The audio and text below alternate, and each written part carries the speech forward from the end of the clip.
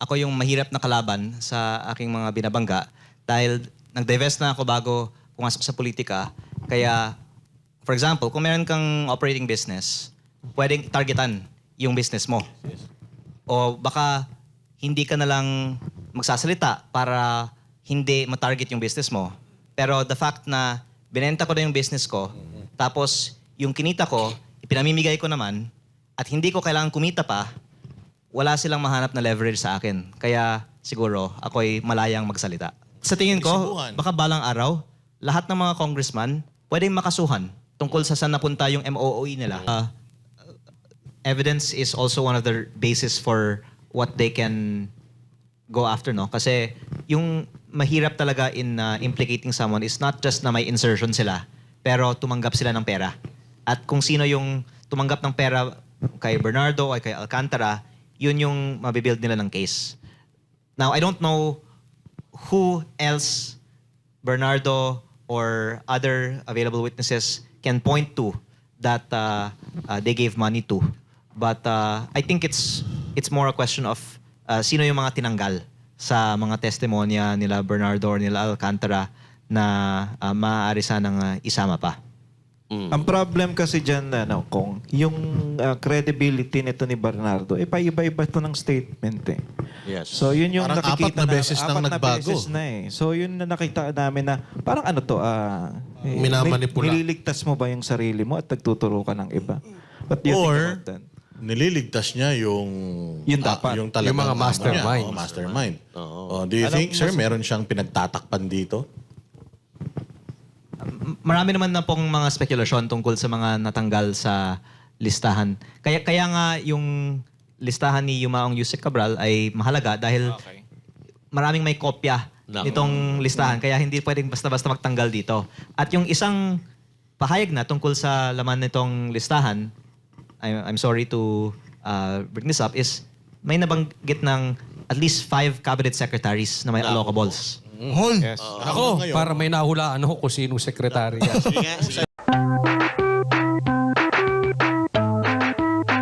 Kami naman pong may kopya na ng files. Hindi lang po ako. Nasa DPWH, ibinigay na rin po nila sa Ombudsman. At ako po ay actually hindi nagbibigay ng maraming mga interviews sa media the last few days kasi hinahayaan ko na lang sila muna na magpaliwanag tungkol sa pagre-release ng mga files na ito. At ang magandang developments, sinasabi naman nila na ino-authenticate nila ngayon. Kaya abangan natin kung sa mga susunod na mga araw may ilalabas na impormasyon ang Ombudsman o DPWH. Pero may mga na-post naman na din po ako sa Facebook na pwede ko naman din pong talakayin mamaya. So abangan natin yan. Abangan natin yan sa paglaon ng ating programa ngayong gabi. Kabang-abang to. Kasi Pero simulan natin. Congressman Leandro Leviste, is this your first time na maging congressman or nung 19th Congress? Ako po ay first term ngayon at 32 lang naman po ako. Mukha nga ako mas bata pa eh. Kaya actually. yung iba nga hindi makapaniwala na congressman na ako. yes. So, doon sa distrito ninyo, before you, sino po ang congressman? Eric Buhain na ang kanyang asawa ay matagal na rin congressman. At actually, doon ko nga nakita na napaka-laki ang potensyal ng pagbago sa politika dahil sa aking distrito, 3 dekada, isang pamilya ang kinatawan ng unang distrito ng Batangas sa Kongreso. At hindi alam ng tao for all this time na may ganitong katiwalian sa DPWH. At ang lumalabas pala, lahat ng mga proyekto sa aking distrito ay lutong bidding at substandard. At dapat ngayong 2026, wala nang lutong bidding o korupsyon sa DPWH ng unang distrito ng Batangas. Kaya kayang-kayang gawin naman po basta yung congressman ay hindi kukuha sa mga kontraktor. Isa ba sa motivation mo kung nung tumakbo ka ngayong nung nakaraang eleksyon is nung nakita mong katiwalian ng 19th Congress? I can say that my initial reason is I saw the underdevelopment of the mostly agricultural First District of Batangas. Malapit lang sa Maynila pero konti lang ang industriya at akala ko ang government infrastructure tulad ng DPWH ang makakatulong para sa pag-unlad ng aking distrito. Pero nalaman ko nung ako'y bagong halal na para makakuha pala ng budget para sa aking distrito, kailangan ang mga taga DPWH ay pipili ng certain contractor. At lumalabas, wala palang bidding sa buong DPWH. Kaya bagong halal pa lang ako, nakapasok ako sa ganitong mga discussions which led me to learn more about how it works in DPWH. Pero hindi pa ako ganitong ka-exposed sa gravity of the corruption until I actually ended up in Congress and learned more about it. So, you're saying na yung iyong mga nakikita ngayon is just the tip of the iceberg. Opo, yung nakikita ng publiko is the tip of the iceberg. Pero I think kahit na hindi naman binubulgar yung mga detalye, nasa imagination na rin ng publiko na ang buong gobyerno ay may mga traces of corruption. Pero ang actually advice ko sa gobyerno, maging transparent lang tayo. Kasi pag may itinatago tayo, the public will only assume the worst. Kaya nga yung approval ratings ng gobyerno napakababa na ngayon. Ironically, kung ilabas na lang ng gobyerno lahat ng nakatagong impormasyon ngayon, baka mas tataas pa ang tiwala ng publiko. Kung napag-usapan na rin naman natin yung mga files at yung mga expose mo, no? Marami kasi tayo na nakikita ng mga comments ng ating mga kababayan. Ito nang galing ito sa kanila, na nakita na natin yan. Dati marami nang bumatikos, pero pagdating sa dulo, tumiklop naman. How about you, Kong? Ito ba ilalaban mo hanggang sa dulo? Hanggat mapanagot yung tunay na mastermind, yung tunay na pinuno ng pagnanakaw na ito? Yung first leverage para hindi magbigay ng trouble ang isang congressman, yung tinatawagang incentives sa mga kongresista. Pero ako hindi tumatanggap ng aking sweldo, MOOE o bonus. Yes. Kaya kahit na hindi ako bigyan ng bonus, hindi ko naman kukunin. Pero tungkol naman sa budget para sa mga distrito, mabuti naman po at hindi naapektuhan pa ang aking distrito. At sa tingin ko dahil nanonood ang publiko ngayon sa alokasyon ng national budget, kung sakali may, for example, use of political leverage on withholding the budgets of congressional districts, then the government will really be criticized for that. And I hope that this heightened public awareness of how budget has in the past been used as a political weapon will ensure that it will not be used as a political weapon for any political activities this 2026. Kaya ang sagot ko po sa inyong tanong, I believe that in general, public awareness should support people in government to speak out more freely. Secondly, the fact that I do not have any need to benefit financially from my position means that there is less leverage on me. And also, it also helps na wala naman akong vulnerability in terms of past career in politics. Kasi baka ang dahilan na yung iba, tahimik na lang ngayon, dahil gagamitin ang kanilang past as a leverage on them kung sila po ay magsasalita. Pero I guess ang problema ng mga binabangga ko ngayon ay masasabi ko po ito, wala silang may bato sa akin. Yes. Kaya Kumbaga fresh na fresh yung bata, ang in some respects din, pinaka makakapag-damage sa mga binabangga. Ayun, malinaw. Ito kung may nabanggit ka siya kanina na sabi niya walang benefits sa'yo. Okay? Simulan na natin dito yung alam kong ibabato sa'yo. Ito yung normal na ginagawa doon sa mga naglalabas ng baho, doon sa mga, syempre, tatamaan nito. At yung iba rito nga, nagsisimula nang nadidinig ko na. Una, sasabihin nila, yan si Kong na yan, ano yan, may plano yan sa national position on 2028. Kaya kinukuha niyan yung the so-called Duterte votes. Ang sinasabi nila, Coach Oli, magre-retire na nanay niyan. Yan na yan ang papalit. Meron ding sinasabi na may handler yan. O yan, nagpapalaki lang yan ng pangalan. May sumusuporta dyan sa likod. Kaya ganyan yan. So ano masasabi niyo doon? Actually, yung nagsasabi na yung actions ko ay driven by political calculation are disproven by the fact na kung tanungin mo yung mga political experts, mali nga yung ginagawa ko. Kasi marami akong mga binabangga na nagiging kaaway ko na baka will come back to bite me pagdating ng eleksyon. Pero sa akin, ang importante, lumabas yung katotohanan, bahala na po sino yung matatamaan kahit na it's actually in the conventional wisdom not a good politics to make so any enemies. Kasi yung mga pinaka-successful nga sa mga eleksyon minsan yung mga playing safe eh. Pero ang ibang mga hinahangaan ko sa politika, yung mga nagpapakita ng courage kahit na minsan it's not easy to have a lot of enemies. On the point of motives, I think that my life will be so much more peaceful kung tahimik na lang ako tulad ng mga ibang nasa kongreso.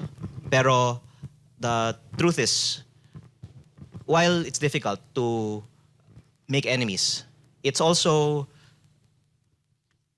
feels good pag makita mo naman na sumusuporta ang publiko sa ginagawa mo. At kung may benefits man para dyan, well, I would like to just think that what matters is nakakatulong ka sa ginagawa mo. At muli, ang iniisip ko lang is if I can be useful in whatever I do, and if doing so is good or bad, we don't know. It can even be bad.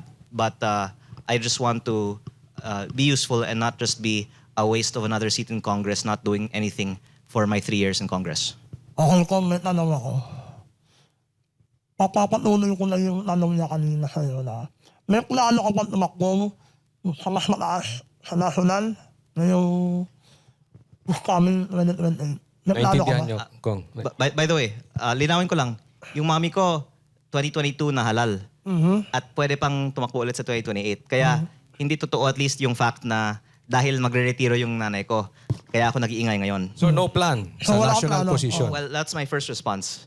My second response is, palagi ko din kinakausap yung nanay ko na dapat sila sa Senado ay maging mas aktibo sa kanilang ginagawa. Pero kaya sila siguro din successful sa kanilang careers kasi nakita nila na there's a benefit to be measured in what they do. So there's pros and cons. But I'm saying that because I do have disagreements in terms of approach with my mom.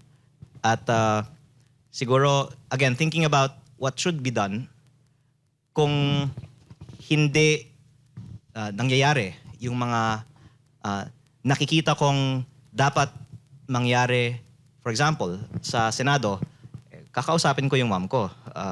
Ano bang dapat mangyari na lang. Pero sa ngayon, I can really say that I do not have a political calculation behind what I do in terms of the long term. Kasi ang gusto ko lang naman magawa is to be as useful and make as much impact as I can at each step and take it one step at a time. Tama. Tuloy ko lang kasi nabanggit mo yung meron kayong minsan disagreements ng yung mother mo. Ito bang patungkol dito sa files, pabor ba siya doon sa ginagawa mo o gusto niya tong ginagawa mo?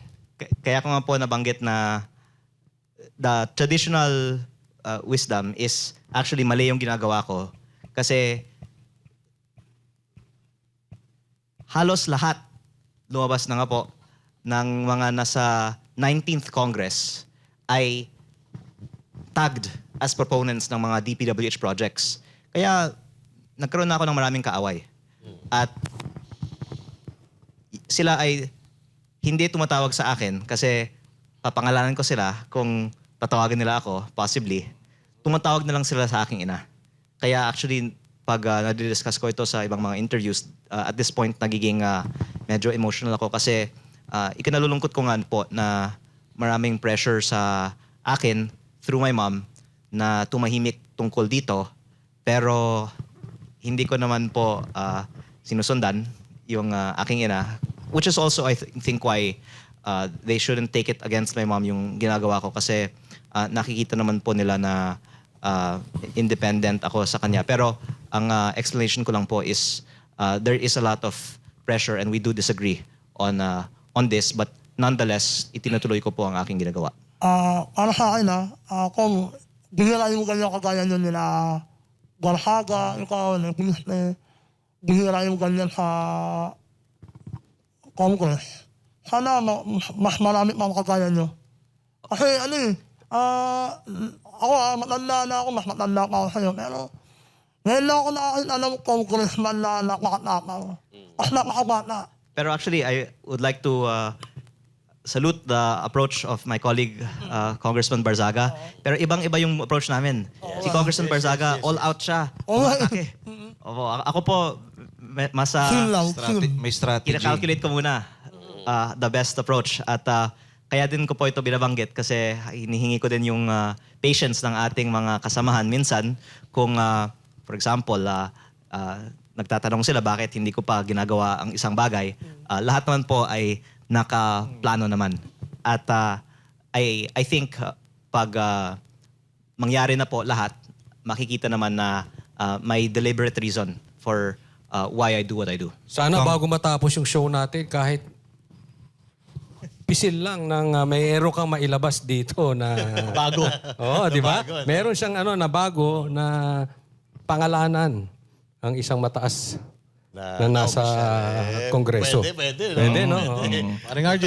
Kung natawag kasi ng pansin sa akin yung paggaling ka ng yung sa Nasugbo. Ang dami niyo pong tarpaulin doon. And syempre bilang isang mamamayan, naisip ko, ito gastos na naman, pera na naman ng gobyerno to. And sinabi mo sa iyong interview from, I think, Jessica Soho, na hindi ka tumatanggap ng hindi mo kinukuha yung MOOE mo.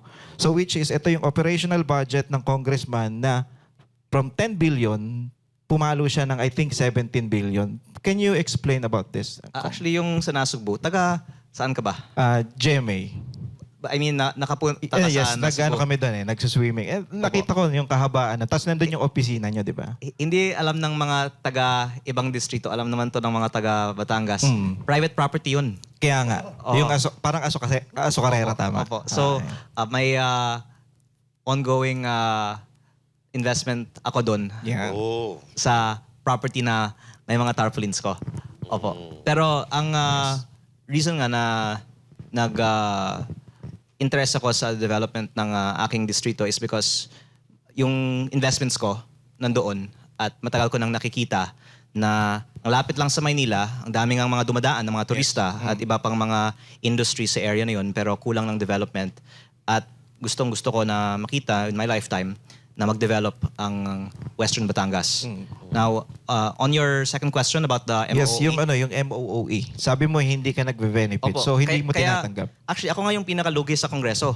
Kasi yung personal funds ko, ang ginagamit ko para sa lahat ng aking district activities, kasama din yung pinamigay ko na Noche Buena Pax sa bawat pamilya sa aking distrito. Nagbigay po ako in 2024. Tapos kahit na walang eleksyon, nagbigay din po ako ulit para sa bawat pamilya in 2025. Meron din akong program to give allowances to students at iba pang mga educational assistance. Lahat po ito ay mula sa aking Sarili mong pera. personal na contribution dahil I'm very fortunate na I'm 32. I sold my company when I'm 30. And part of why I entered politics was because I had this so much privileges that I didn't know how I can spend in my life, if not to share it with other people. And parang unbelievable ito para sa iba kasi... Kasi nag-start ka ng business 20, kung hindi ako Opo, nagkakamali. pero parang very rare sa Pilipinas na ang mga yumayaman ay nagiging pilantropo. Pero sa US, pati sa Europe, maraming mga, lalo na mga naging batang entrepreneur na nung binenta nilang kumpanya nila or nag-retire parang si Bill Gates o ngayon si Mark Zuckerberg, pinamimigay nila ang kanilang mga bilyones sa mga foundations. At dito sa Asia, hindi pa lang siya mas common, pero for the same reason that in the West, ginagawa po ito ng iba, kaya inanunsyo ko naman na po na inilipat ko na rin ng malaking bahagi ng aking shares sa isang foundation na magbibigay ng perpetual na source of support para sa aking chosen initiative for education and disaster relief. This is all from my personal funds, and it's because I've been so fortunate naman to benefit from my business in my life that the least I can do is to share it with others. Itong mga pilantropo na sinasabi mo, they never entered politics. Why did you enter politics? Pwede ka naman daw tumulong. Nagagawa mo ng tumulong nung wala ka sa politika, then why enter politics? Actually, marami naman mga pilantropo din like si Mike Bloomberg na pumasok sa politika. O si Elon Musk, nakikialam ngayon sa politika. Actually, ang idol ko, si Elon, kasi yung advocacy niya is to lower government spending. At marami nga siyang mga bureaucracia sa US na gusto niyang buwagin. At hindi lang siya panagtagumpay kasi napakatindi ang resistance pag gusto mong buwagin ang bureaucracia. Pero ang napansin ko kasi, maraming mga negosyante na kahit na tayong mga hindi kasing laki nila, gustong maging kasing laki at matagumpay na negosyante katulad nila. Pero yung mga matagumpay naman na negosyante, nababoard din sa kanilang buhay. Gusto naman nila makialam sa politika. Kaya marami din mga nakikialam sa mga political parties dito sa Pilipinas na mga negosyante. So it's really a natural reaction, I think, because in the end of the day, the means to everyone wants to make a difference in their lifetime, and to make a difference, it's not enough to be in the private sector alone. It also involves the public sector, of course. And in my case, wala naman sa plano ko nung 2024 na pumasok sa politika, pero naisip ko in the middle part of the year, kaya not according to plan, I saw an opportunity and I did it. And I guess that's how I make a lot of decisions sometimes. It's to be responsive to the opportunities that I see. Just like how I said a while ago, itong DPWH, hindi ko naman po na-realize initially na ganitong kagrabe. Pero when there's an opportunity, you go for it, and who knows ano pa yung mga susunod pang mga makikita nating mga opportunities. Kaya namin tinatanong to Kong kasi gusto natin ipakita sa mga nanonood yung kredibilidad ni Leandro Leviste. Maraming nagsasabi na kapag ikaw ay pumasok sa politika, dapat nagda-divest ka na sa mga businesses mo. Dahil baka pwedeng gamitin yung iyong posisyon para sa iyong mga negosyo. Maprotektahan ito. Kasi karamihan, sa mga nakikita natin, sa mga congressman, may mga in-expose na sila yung congressman, tapos sila din yung contractor. Diba? Tapos may construction company. Nagkakaroon ngayon ng conflict of interest. Ano masasabi niyo dyan? Kaya nga ako yung mahirap na kalaban sa aking mga binabangga dahil nag-divest na ako bago pumasok sa politika. Kaya, for example, kung meron kang operating business, pwedeng targetan yung business mo. O baka hindi ka na lang magsasalita para hindi matarget yung business mo. Pero the fact na binenta ko na yung business ko, tapos yung kinita ko, ipinamimigay ko naman, at hindi ko kailangan kumita pa, wala silang mahanap na leverage sa akin. Kaya siguro ako'y malayang magsalita. Kung may diinan ko lang yung operational budget ng congressman is 10 billion. So, nabanggit mo rin yun na tumaas siya ng 17 billion. And per year to, tama. Tapos nakakatanggap ang mga congressman, not liquidated to eh. Hindi to parang ito yung mga bagay na hindi kailangan i-audit. Kung may resibo ka o kung, depende sa'yo kung magbibigay ka ng resibo. Ito is 58 million per congressman. Ito yung per day. Tama po ba? Per year. Per At year. Per year. ang Sorry. sagot nga nila tungkol dyan, mas mababa nga sa 2026 kaysa sa 2025 eh. Kung 27 billion yung total budget ng Congress, of which 18 billion is the 2026. It was 6 billion higher pa in 2025. And ang public reaction ay tungkol sa 2 million per congressman. Pero sinabi mo nga 58 million yung total. Yes. At yun actually yung question ko.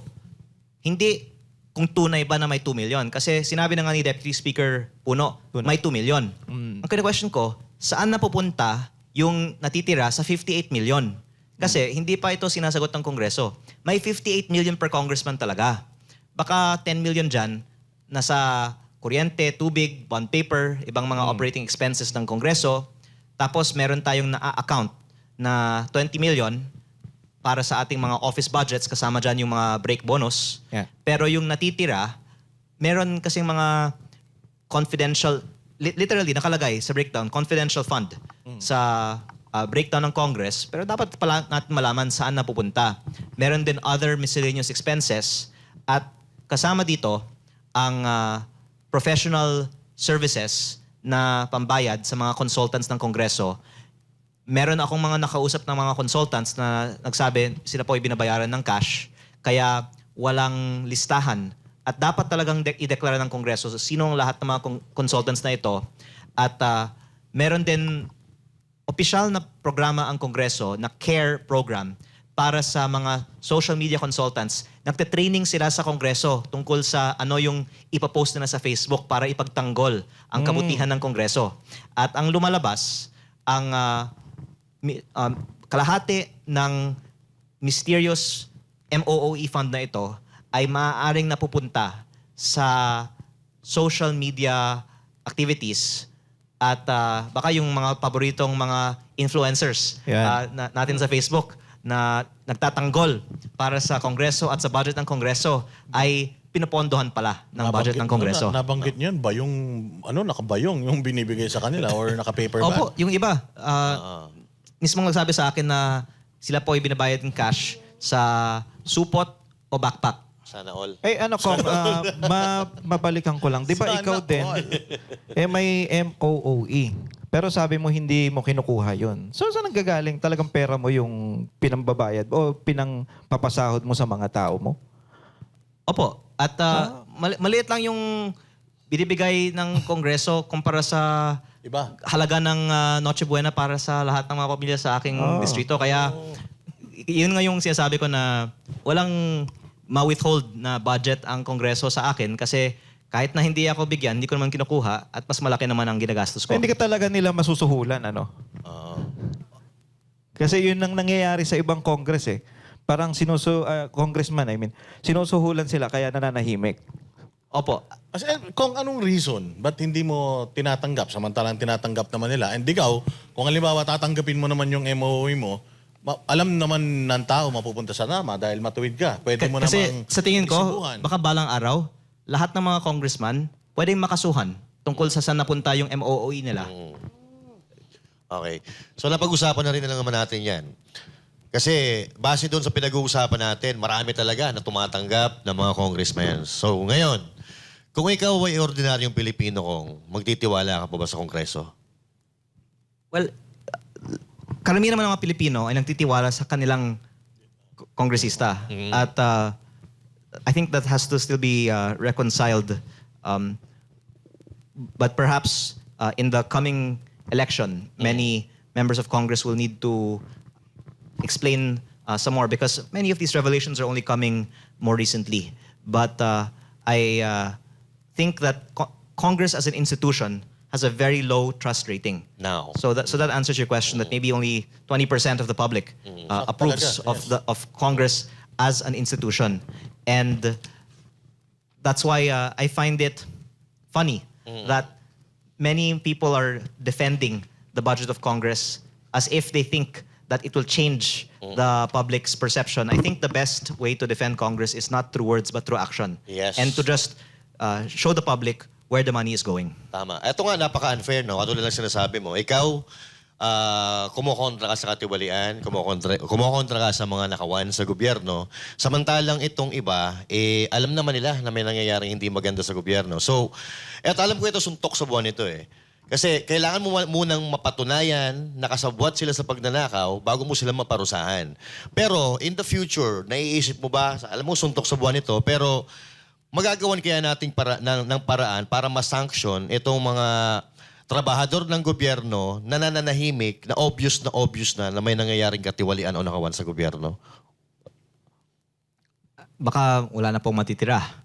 Pero ang maganda ding development ngayon, marami din mga rank and file na nagbibigay na rin ng impormasyon. Yes. Kaya I'm very thankful to the people that send me messages on Facebook or my email. And yun din po ay isa sa mga sources ng aking mga inilalabas, yung mga whistleblowers na nagbibigay ng impormasyon. Kaya hindi naman yung buong gobyerno ay walang konsyensya. May mga tao na nagtatrabaho sa mga government offices na nakikita nila yung mga masamang ginagawa at humahanap po sila ng mga ways to report what they see. Yung nabanggit mo yung baka wala nang matitira. Hindi. Siyempre, meron matitiro dyan. Meron dyan, for sure. No? Pero focus tayo dun sa lower house, sa mga congressmen. Ilang kayang porsyento? More or less lang ha. Hindi naman natin pwedeng ma-eksakto yan eh. Meron pa bang kalahati dyan ng matino? 10%, 20%, 30%? May mga congressman kahit na matagal nang nasa Congress na talagang hindi tumatanggap ng kickback. Dahil I of course hear it from them. I also hear it from people in their districts and I believe them. Pero I guess they also are not confrontational to stop the actions happening in their district engineering offices. Parang hindi lang nila papakialaman yung corruption. Kaya yung nangyayari, yung mga district engineering office staff ng DPWH ang kumukuha ng porsyento sa mga proyekto. Dahil, syempre, yung kausap naman ng contractor at yung mga nagbabayad sa contractor ay yung DPWH office.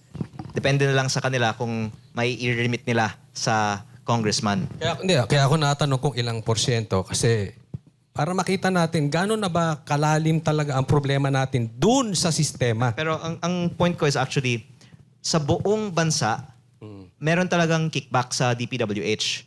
The question lang is kung sa ilang mga distrito, may mga hindi nagre-remit sa congressman. Pero hindi pwedeng i-deny na may kickback sa lahat ng mga opisina ng DPWH sa buong bansa.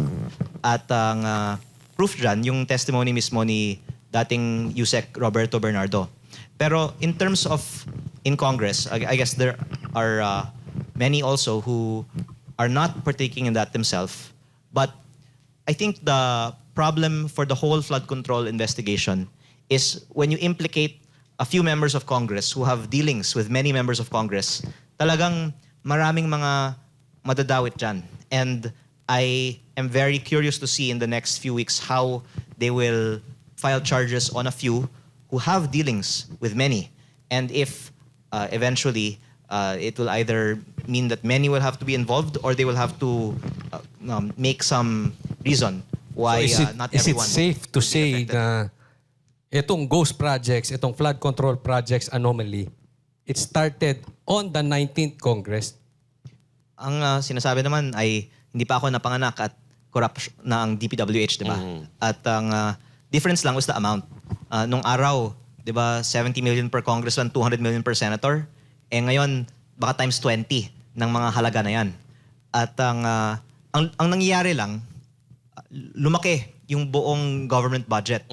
Nung baka 2016, 1 trillion lang ang Yan. ang GAA. Tapos baka by 2022 naging 4 trillion pa. Pero umabot na sa 6.7 trillion ngayong 2026. At as a percentage of GDP, it went from 14% to now 22 or 23%.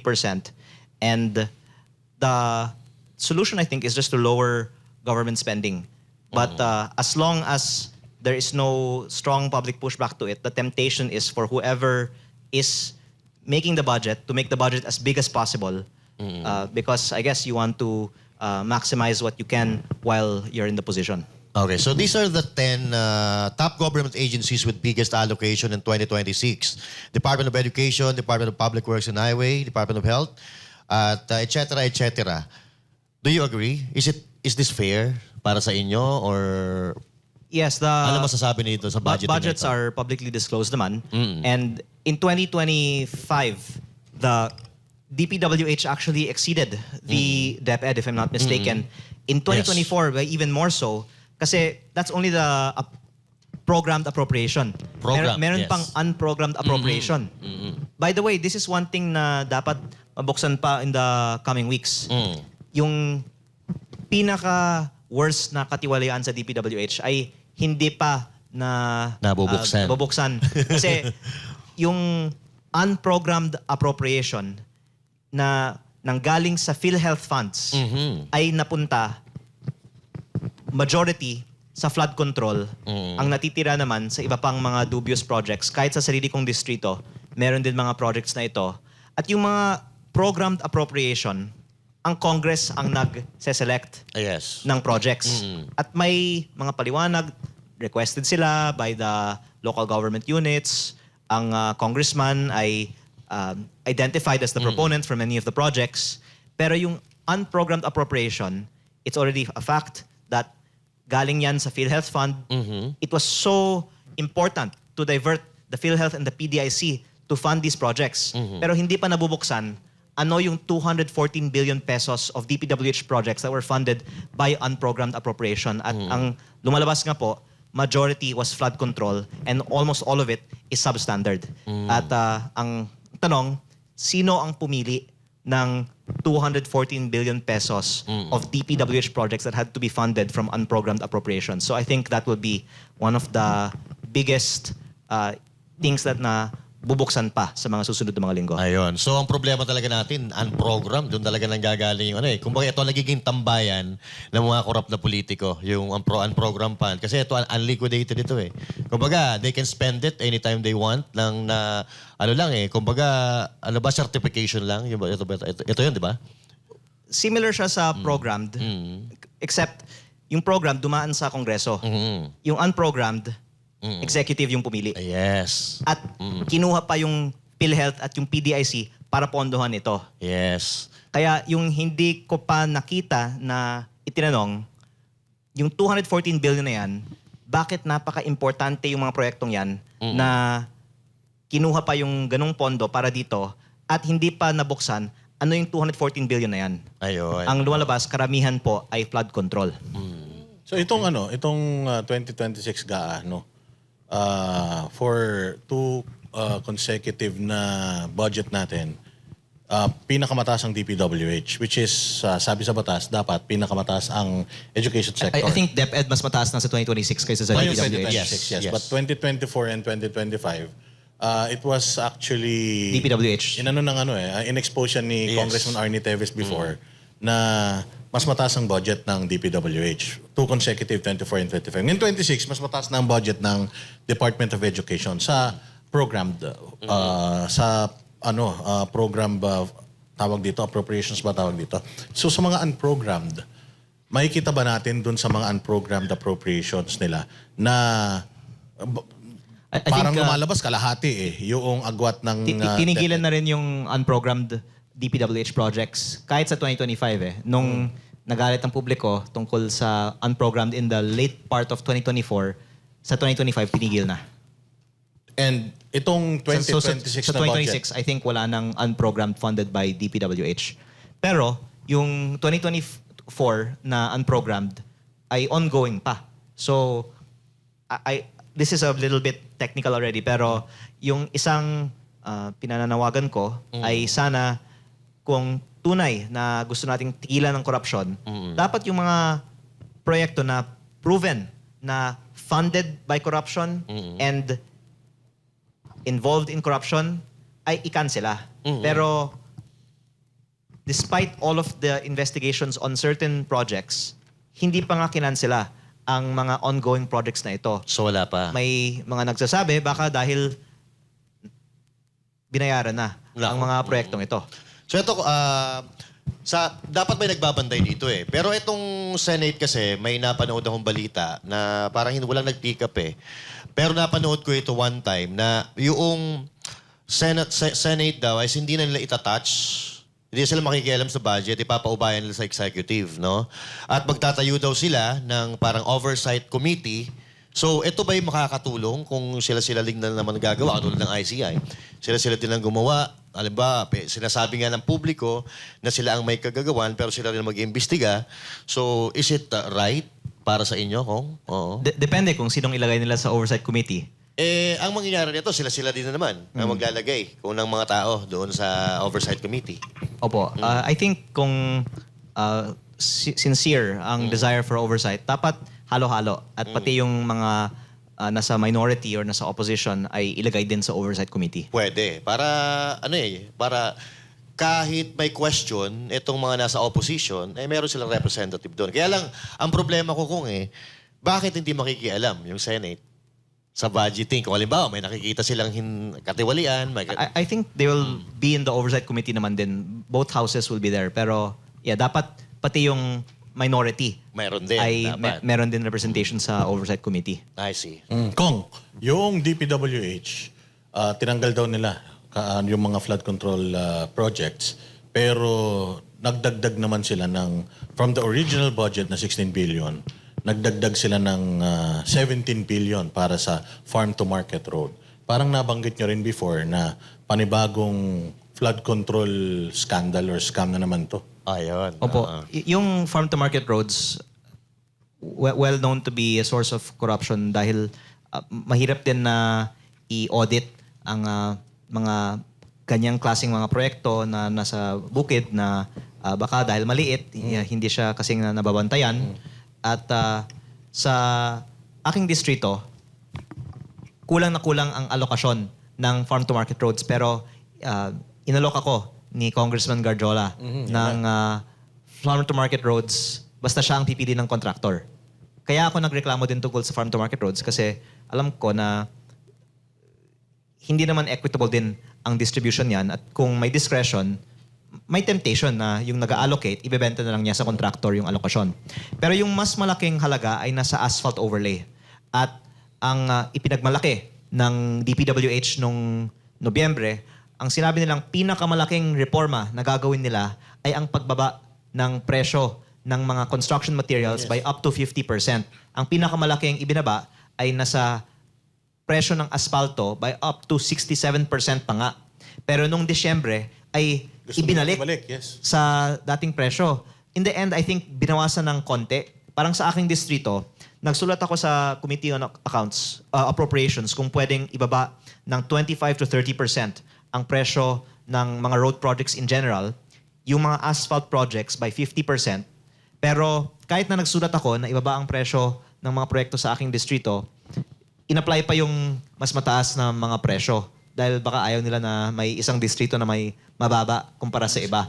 Pero ang own estimate of DPWH shows that the asphalt projects are on average 100% overpriced. And for us to then approve the budget with those prices, na ang sinabi nila, kung hindi natin naaprubahan, baka babagsak ang ekonomiya. Hindi yun totoo. Unang-una, dahil yung recomputed prices ay based on market, based on their estimates, based on private sector din naman. At kung masyadong mababa, edi iparibid mo at that point sa mas mataas na presyo. Pero very suspicious talaga sa akin na talagang ipinaglaban na ibalik ang mga mataas na mga presyo nung Desyembre. At yun din po ay isang reflection na may bias towards spending ang mga opisyales sa ating gobyerno at hindi nila iniisip na galing naman yan sa utang. Alam niyo naman po na 1.6 trillion pesos ang ating deficit sa 2025. Yan po ay itong utang natin. Akala ng mga iba, pag hindi gumastos ang gobyerno, nawawalan ang bansa. Pero sa makatwid kung ito ay farm to palace road. opo, hindi naman po libre ang mga proyektong yan eh. Inuutang lang natin ito. Kaya kung nabawasan ang ating spending, the good side is nabawasan din ang ating inuutang. Di ba? Pero ang gusto ko lang constructively i-espouse sa Congress this year, kahit wag na tayong magturoan na magnanakaw ka, may corruption dito, bawasan na natin ang ating ginagastos. Pero ang pinaka hindi mo maririnig na salita sa Kongreso ay bakit na lang natin hindi bawasan ng budget o magtipid? Kasi yung nangyari, ipinagmalaki na wala ng flood control. Yung 255 billion pesos inilipat sa Tupad, AIX, MAIP, Farm to Market Road, yung pagbayad ng 60 billion sa PhilHealth. Lipat lang. Pero yung initial budget naman, wala yung mga bagay na yan eh. Kaya bakit hindi na lang yung 255 na yon tipid at yung 6.7 naging 6.5? Doon ko po nakikita na yung biggest issue facing our country is the spending, because I'm sorry to go into this more technical discussion here, but the country's deficit to GDP of 6% is already above the recommended levels, especially because our GDP growth is now gonna be just 4% or even less. Sabi daw, mag-3 something pa nga. And then the debt to GDP is already 64. It will approach 70 maybe by next year because we keep on borrowing more than our growth is supporting. And the effect of all this is already around 20% of our government revenues is going to pay interest. If we keep going at this rate, it's going to be 30%. Soon enough, we will not be able to support these big budgets because our revenues are just going to pay debt. And that's also going to increase our cost of borrowing. And one thing that I can say is, if you keep going like this, I think that the people in the financial community will agree with the following statement. By 2027, the Philippines will have a credit downgrade. Nako. In the last 2 administrations, the boon to the economy was we had credit upgrade, kaya dumami ang ating foreign investment.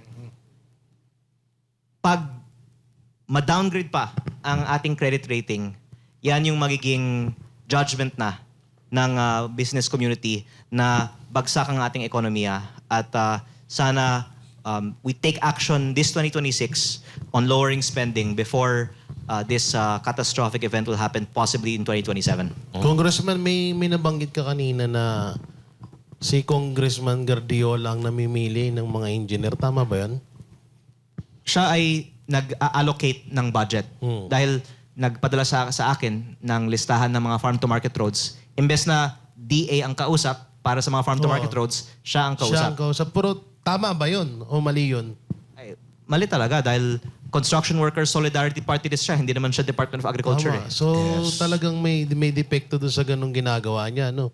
At Kasi kahit- marami na rin nagsabi niyan eh. At kahit ngayon, wala namang transparency tungkol sa paano ipinamamahagi ang 32 billion peso farm-to-market road budget na ito. Basta kung ano yung nakukuha mo, dapat masaya ka na dyan. Pero kaya nga parang may iba na unhappy sa pagka-question ko sa budget allocation process na to kasi sa Congress, basta bibigyan ka ng farm-to-market road, dapat manahimik ka na tungkol sa Ganun na allocation yung- ng ganun na yung farm-to-market rules road. ngayon. Meron ka na sa'yo. Pero gusto ko malaman, magkano sa kanya? At bakit yan ang ibinigay sa kanya at ito ang nabigay sa bawat isa? Anong meron kay Congressman Guardiola? Bakit parang sinasabi ng iba na madami namang mga contractors din na mga congressman, pero bakit siya yung talagang nakafocus ka? Siya yung pinakamalaki ngayon. Dahil ang ICI nagsabi sa akin, number 1 si Zaldico, number 2 si Garjola, number 3 si Diskaya. Si Kong Zaldi hindi na congressman. Kaya yung pinakamalaking natitira sa kongreso ngayon ay si Garjola. At siya din ay kababayan ko. At kinausap ako mismo tungkol sa mga proyekto sa aking distrito dahil meron siyang mga proyekto sa 2 bayan sa aking distrito. Isa doon, pinakiusap niya sa akin na ipapayag ang LGU na gawing asfalto over concrete treated base instead of straight concreting ng road. Dahil ang sinabi sa akin nga ng aking district engineer, mas mabilis ang trabaho pag asphalt kaysa concrete. Pero mabuti din kung ang ibang mga congressman at ibang mga contractors ay isasama din natin kung maaari po. Pero baka one at a time. Pero may isa din na rin akong nabanggit. Dahil yung pinakamalaking contractor actually sa aking distrito over the years. Si Kong Garjola kasi recently dumami ang kontrata niya sa aking distrito. Pero over time, yung pinakamalaki ay isang kumpanya, ang pangalan GCI. At meron din isa siyang company, Bicol Gold Rock, owned by the Ebasco family from Camarines Sur. Kaya ko ito nabanggit, kung paari kong linawin ito. Ang isa sa mga kasamahan ko sa Kongreso, sinabi ko, lahat ng mga congressman at party list ay pwedeng mag-submit ng project na isasama ng DPWH sa NEP. At ayon sa listahan ni Yumaong Yusek Cabral, may 150 million ang Bicol Saro Party List sa 2025 NEP na napunta sa 2 road projects sa Pamplona at Pasacao, Camarines Sur. At nung sinabi ko, ang Bicol Saro Party List ay may proyekto. At ang representative ng Bicol Saro Party List ay si Terry Redon. Eh sinabi ni Kong Redon, sinungaling ako. Oo, dahil wala daw siya sa kongreso noon. Nako. Oh. Kaya dinevert niya yung usapan. Hindi niya kinonfirm. Pero ang sinabi ko, number one, ang Bicol Saro Party List, which Congressman Redon represents in Congress now, ay may insertion. Kasi hindi naman yan insertion ng nominee eh. Insertion yun ng party list. Pangalawa, the point I'm making is, yung dalawang insertion, yung buong insertion ng Bicol Saro ay napunta sa isang contractor, si Bicol Gold Rock, na siya din ang pinakamalaking contractor. Kung hindi po ako nagkakamali, humigit 40 billion pesos ang contracts nito sa Kamsur, mga 6 billion sa unang distrito ng Batangas. Isang contractor. At maaaring tignan kung may kaugnayan ang Ibasco family companies sa mga principals ng Bicol Saro Party List. At just earlier actually, I saw si Congressman Nelson Legacion ng Kamsur ay nagbigay ng speech tungkol sa Maharlika Highway going to Bicol. Yes. And mukhang maraming mga taga Bicol na nag-like ng kanyang speech. What yes. what do you say about Maharlika Highway, sir? Maharlika Highway, parang sungkaan. During the time of Butas-butas yan? Butas-butas. Kaya nga, Parang mukha pag- niya yan. Senator ano. O, sige, Pag umuwi ako ng Bicol, mas gusto ko lang mag-airplane kaysa mag-land trip. Kasi kawawa talaga sa sakyan mo. Promise. Oh, bakit Marami ang nagsasabi niyan. Kahit yung mga company na may mga mga tour company, ayaw nila kumuha ng mga client na papuntang Bicol. Totoo yan. Kasi sobra, ang lala talaga. Unlike before, ngayon nga, sira-sira na. Parang sa tingin ko, hindi siya na-maintain eh. Wala na nga yung mga dating mga bypass roads na ginagawa, natigil yung iba. Yung maintenance medyo parang sa tingin ko hindi nagagawa rin eh. Actually, Alam mo, sasabihin nga ni Sir Jack eh. Pag Actually- bumabiyahe daw sila dyan, Ito. pag bumabiyahe daw sila dyan, nagkakaintindihan na sila eh. Kasi, bumiyahe ako last year, March. Bago mahuli si Duterte. Siyempre, lumayas ako sa bahay. Makahulihin din ako eh. Siyempre, maka-Duterte na ako eh. Kok lang. Pero bumiyahe ako last March. Bumaan ako ng, actually, hindi ng Bicol eh. Quezon. Mas malala yung Quezon. Akala ko, nung nasa Bicol na ako, nung nakalagay na welcome, nung Bicolano ka. Akala ko wala lang lubak. Times 2. Mas malala ang lubak sa Kamsur. Actually, the road... Kamsur to Cam Norte, hanggang Albay. Kalahati ng Albay. Lubak, kalahati. May kumatag. Pero, wag ka. Papasok ko ng Sorsogon. Ang ganda. Promise. Ang ganda ng Kala mo na halo kayo, Makati. sino ba? Patag. Sino ba taga Sino ba Sorsogon? taga Sorsogon? Siyempre, si Senator Ay. Chris Escudero. Sino ano doon, So Mayor? saan pinaka-lubak-lubak ang Maharlika? Kung Bicol lang Kamsur. Eto, Hanggang- eto kong. Ayun. Kasi kauwi ko Hanggang- lang last 2 months ago. That starts from Quezon, Camarines Sur, Camarines Norte, So, yun yung Maharlika na Maharlika Highway, napakahaba niyan. Ang Maharlika Highway, mula yan dyan sa Quezon hanggang papuntang Camarines Sur na yan. Na napakalala talaga na nagkaka-traffic kasi minsan kumbaga isang lane lang yung nadadaanan kasi ginagawa nakatiwangwang yung iba. Alam niyo, magandang case study ito Walang official explanation bakit ang Maharlika ay isang highway pero iba-ibang klase ang kalidad ng Maharlika Highway pag Yes. iba-ibang mga probinsya. Yes. At iba-iba din ang kontraktor. Bakit sa Sorsogon, Albay at Quezon, iba yung contractor kaysa sa Maharlika sa Ayun. Kamsur. Ayun. Kaya humihingi ako ng tulong sa lahat ng inyong mga viewers na taga Ayun. Kamsur. Bakit puro Bicol Gold Rock o GCI ang nananalong contractor sa mga DPWH projects sa Kamsur? Yun po sana ang maimbestigahan natin. Kasi magtataka ka kung kasi bakit sa Albay maganda? Bakit doon sa Sorsogon maganda yung kalsada? Kasi iba yung contractor. Yun. Kaya ang tanong, bakit itong contractor na ito ang nananalo ng halos lahat ng mga ganitong klaseng mga proyekto sa Kamsur?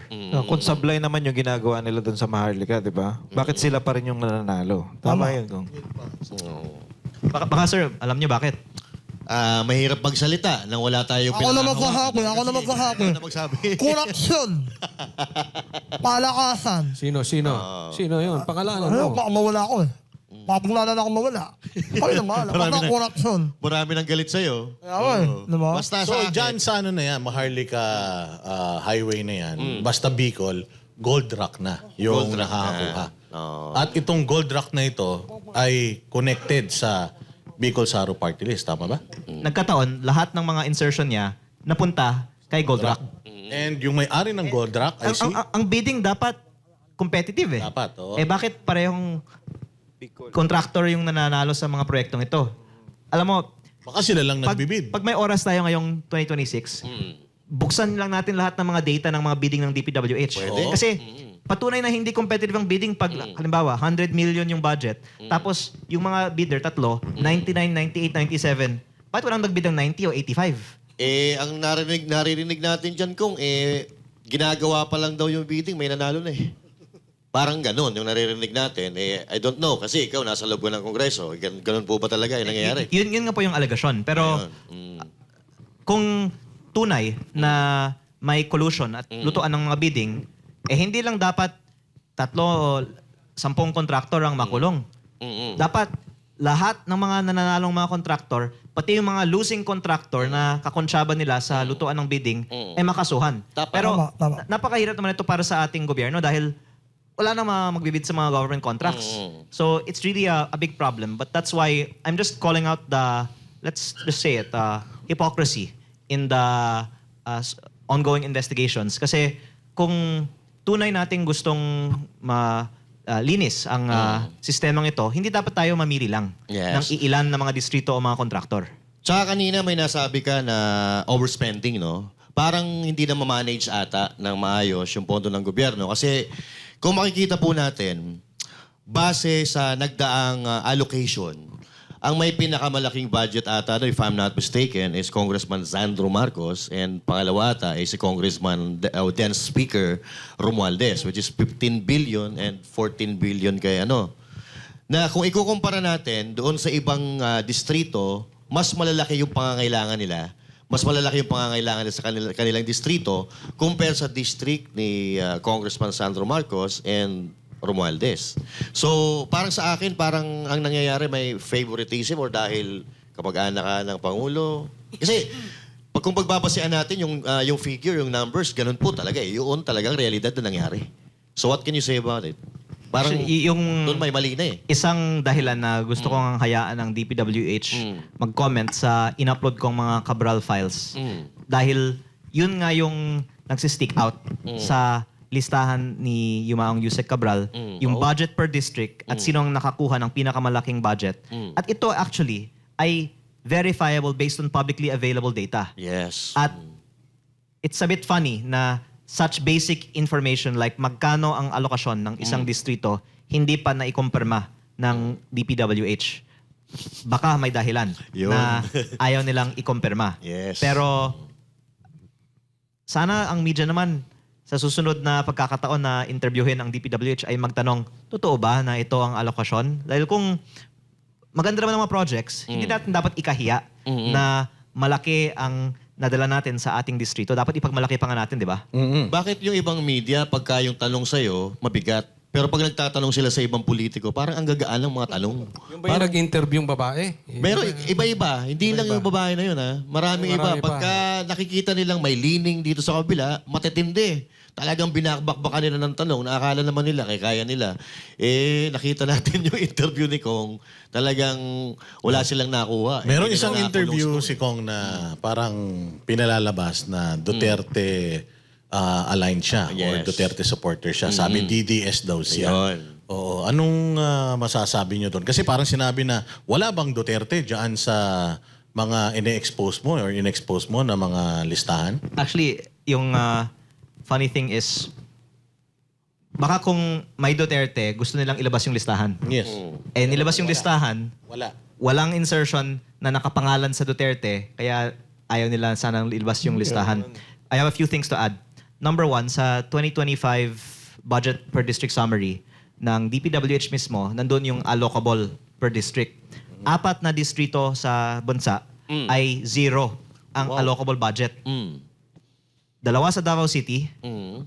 1 sa Davao del Norte, at 1 sa Zamboanga City. Sino ba yung mga nandun? Kasi... Congressman Puro Davao Pulong, Ungab, Bebot Alvarez, at Kimer Olaso, if I'm not Yun. mistaken. At dapat lang ikumpirma ng DPWH, totoo ba ito o hindi. Ayan. Kasi factual naman yan eh. Yes. Pangalawa, sa list of proponents ng insertions nandyan din po. At kaya parang ikinalungkot ng ibang mga nag-i-interview na tinanong ako, meron ba si Duterte dyan? Sabi ko, wala. Parang Ito, Kong. hindi yun yung sagot na gusto nilang marinig eh. Pwede mong sagutin o kung ayaw mo sagutin, okay lang. Pero dediretsuhin ko na. Andiyan ba sa listahan si Congressman Romualdez? Halos buong 19th Congress Nako. ay nandun. Kaya, Pero Sino lang wala? si Congressman Pulong, nasa 19th Congress, wala siya doon. Yun. Yun, At oh, yung allocable niya, 0. Eh, Sa 2025. DDS ka. Ito pa mga sino na to, Kong? Ito, So sino, process ano- of elimination. Pag hindi niya nabanggit, nandun. kaya Sinasabi ko lang naman yung nakalagay sa listahan eh. Baka dahil dito, dapat maglagay na lang sila ng project sa kanila para masabi nila meron. Pero sa 2025 talagang wala. Pero kung ang nanay mo, nandoon ba? Sa... Halos lahat. Na-report naman na ng bilyonaryo. Sa buong bansa, 4 lang ang district congressman na wala. Ito ngayon titingnan natin. Kung magtutugma ngayon, yung hawak nila na dokumento, tsaka dun sa hawak mo. Ngayon, kung... Kaya eagerly awaiting tayo ano yung officials na sagot. Kasi imposible na makaiwas sila sa tanong na yan. Yes or no lang eh, factual. Yes. At hindi lang ako may kopya nito. Pati PCIJ na Meron na rin. hindi naman DDS ang PCIJ. Di ba? Inilabas ng PCIJ ito. Yes. Alam na to ng very critical pa nga DPWH. yan. Galing nga sa kanila eh. At hindi lang ako yung So nagsabi. bakit di pa nila PCIJ. ilabas? I-verify pa ata. Actually, I-authenticate pa ata. Sincerely, naawa ko kay Secretary Vince Dizon. Kasi Huwag ka maawa dun, sir. naiipit siya. Bakit siya nagpapaipit? Hindi naman siya pwede magsinungaling. Kaya kung napansin nyo, mula nung namatay si Yumaong Yusek Cabral, hindi na siya nagpa-presscon. Yes. Tsaka napapansin ko kung parang yung usapan, pagka papunta na doon, idinadivert niya eh. Medyo, parang makaiwas lang ba? Pero So again, kung... maawa naman tayo sa kanya. Ayan, pwede. Buti na lang ito si So Kong, maawa maaway pa tayo eh. sa kanya na manahimik na lang siya. Parang wala siyang alam. Ganun ba? Ano sinasabi natin eh. So kung ito, yung kay Yusek Cabral, kasi isa pa sa issue na sinasabi nila, illegal daw yung pag-acquire mo ng mga documents na meron ka from Yusek Cabral. May mga CCTV footages naman na mukhang hindi naman kayo nag-aaway o hindi naman mainit yung inyong pag-uusap. Totoo ba na pinwersa mo sila at nasugatan mo pa nga daw? Nakikipag-agawan ka raw ng dokumento sa kanila?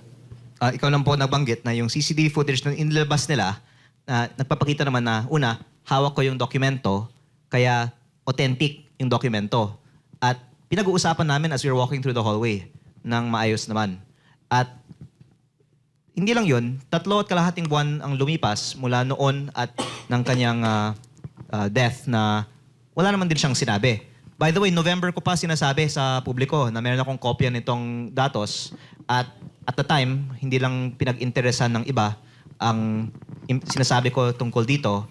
Pero there was all this time for the DPWH to raise an issue with my possession of the documents, and only when I was challenging them to release it, did they then go and say that. And I think the public can see naman na mali naman na ang focus nila ay ang possession ko ng documents instead of them answering bakit hindi nila inilalabas ito.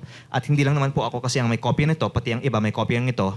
At ang nangyayari lang ay iniiwasan lang nila ang essential question, bakit hindi nila inilalabas ito? Kaya pala may interview si Ombudsman Boying Remulla na parang pinipitik ka niya dun eh. Na kapag may iba daw na tao naglabas ng Cabral Files at sabihin daw na fake daw yun sa kanila, ay kalokohan daw yun. Parang kalokohan. Parang pinapalabas niya na ang pinaka-original files ni Cabral ay nasa kanya at yung mga nasa iba ay peke. Maganda kung tayo kasama ng ombudsman at ng DPWH, lahat mag-live. Ilabas namin ang mga listahan natin. Magko-compare tayo. Baka naman yung kopya ng DPWH pareho sa kopya ko. Tignan natin. Ilabas natin lahat. Awa ka naman kay Secretary Dizon. Sabi mo nga. Yun nga, yung mabalik tayo dyan kay Sec Vince. Kasi may interview ka na sabi mo, nag-uusap kayo. Pero nung naglabas ka na ng mga document, biglang sabi niya na hindi parang hindi pa authenticated, hindi pa okay yan. Actually, May email nakakatuwa kang yung sagot niya kasi ang sinabi Oo. niya, hindi pa authenticated dahil hindi pa niya nakita. Oo, yun. Tama. Kasi nasa Paris siya noon eh. Kaya hindi niya nakita kasi nasa Pero Paris ang siya. sabi mo doon, meron kayong pag-uusap and may mga nakarinig. May email Tama, di ba? exchanges kayo, di ba? May nainilabas ka. Pagkatapos ng September 4, nag-meeting pa kami. And then after that, may iba kaming mga conversations. And then, in-email ko sa kanya yung in-upload ko sa Facebook noong October 1. Okay. Tapos, sumagot naman siya kasama ng ibang attachment through his office. Kaya ko nga sinasabi na maawa na lang tayo sa kanya. Kasi, Ibig sabihin nakita niya kasi sumagot siya. alam naman natin na alam niya na totoo ang files na ito. Kasi ang PCIG na nga nag-upload din ito eh. Kaya hindi na lang siya siguro mag-comment tungkol dito Kung pa. ang nangyayari kasi dito, parang nagkakaroon ng laglagan. Opo, pero actually, between us, sadya ko pong hinahayaan sila na Okay. magsalita kasi let them weave together their own narratives. Yes. Kasi marami din mga inconsistencies. Una, sinabi ni Yusek Claire, let DPWH answer. Tapos sabi ng DPWH, hindi pa namin ma-authenticate dahil hindi pa namin nakita. Tapos sinabi nila, ibinigay na namin sa ombudsman. Tapos sinabi naman ni Assistant Ombudsman na mahalaga ito dahil maraming leads at bigyan nyo lang kami ng oras para i-authenticate ito at gagawin daw nila in private para hindi mag-fuel ng public speculation. Pero importante daw. Yan ang sinabi niya sa ANC this week. Pero since then, there have been other statements saying na walang katibayan siya kasi wala na daw si Yusek Cabral. Pero hinayaan natin sila na magbigay ng kanilang mga statements. At ang lumalabas nga, marami pong mga inconsistencies. Pero lastly, I would like to actually commend and thank ang aking kasamahan si Congressman Terry Redon dahil kaninang umaga, sinabi niya na dapat isupila ng Kongreso yung mga Cabral files. Ayan. So parang sumang-ayon na rin pala si Congressman Redon na mahalaga na makuha ng Kongreso ang kopyang ito at sana pag nasa Kongreso na, pwede nang ilabas ng Kongreso sa publiko. Kasi ang sinabi niya, dapat hindi lang ang ombudsman na meron, dapat pati Kongreso. Yes. Kaya baka si Congressman Redon ang maglalabas na ng Cabral files. Nako, bigyan. Congressman, may tanong ako. One time for all. Gusto mo magulat sila lahat? Ako magpo-post. Send mo sa akin yan mamaya, ha? Okay, mga hihingi ng kopya. Abangan nyo. Gcash lang, ha? Joke lang. Dito kung yung about nga doon sa Cabral Files, kasi sa tono ng pananalita ni Ombudsman Boying Rimulya, parang may sinasabi siya na hindi kaya baka pikiin, baka ipalabas nilang peki yang sa'yo at sa kanila yung tama. Kasi alam naman nating lahat ng nasa 19th Congress, puwera kay Pulong Duterte, lahat kasama doon. Hindi kaya yun yung iniiwasan nila na parang gumawa sila ng sarili nilang files at yung files na nahawak nila, yung sasabihin nilang original at yung sa'yo, pepekein nila. Nabanggit Hindi ko mo na naisip. sa ibang interview na may nakita na akong kopya na galing sa iba, na galing sa DPWH, na pareho sa kopya ko. Kaya hindi lang ako ang may kopya at recently may mga nag-share na taga DPWH sa iba na pareho ang kopya. At pangalawa, the fact that DPWH spent these trillions of pesos is publicly verifiable. And wag naman tayong maniwala na pinondohan lang mga proyektong yun na walang mga proponent. Kaya ang tanong ko, mag-accounting tayo. Sino ang nagpasok ng mga pondong ito kung hindi yung sinasabi ng mga listahang ito na nagpasok ng mga pondong ito, sino? Wala naman maniniwala sa atin na si Yusek Cabral at si Zaldico lang naman nag-usap para sa alokasyon ng trilyon-trilyong piso, di ba? Pero parang, if I can share this, yun yung problema kasi ni Yusek Cabral in her last months that she was, number one, by her own family lawyer's statements, under pressure because she was being made a scapegoat. And si Yusek Bernardo ay naging star witness at meron siyang ini-implicate at yung kanyang testimony yung ginagamit ngayon sa mga investigasyon. Pero hindi tugma ang sinasabi ni Yusek Bernardo sa sinabi ni Yusek Cabral. Yes. Kaya Yusek Cabral could have contradicted the statements of Yusek Bernardo, and she was actually offered to be a witness if she will implicate DBM Secretary Pangandaman. And this was already brought up in another interview. Hindi siya pumayag at yun ang isa sa mga dahilan na in the last few weeks na pressure din siya dahil nga hindi siya pinagbibigyan na maging state witness dahil ayaw niyang mag-cooperate to testify in a certain way. I think tungkol sa mga unprogrammed appropriations din yan. At si Yusek Cabral ay ayon sa statement ng kanyang family lawyer, nagsimula ng kanyang feelings bad when she was made to have a courtesy resignation instead of avail of an early retirement. And then there was the testimony of former Yusek Bernardo.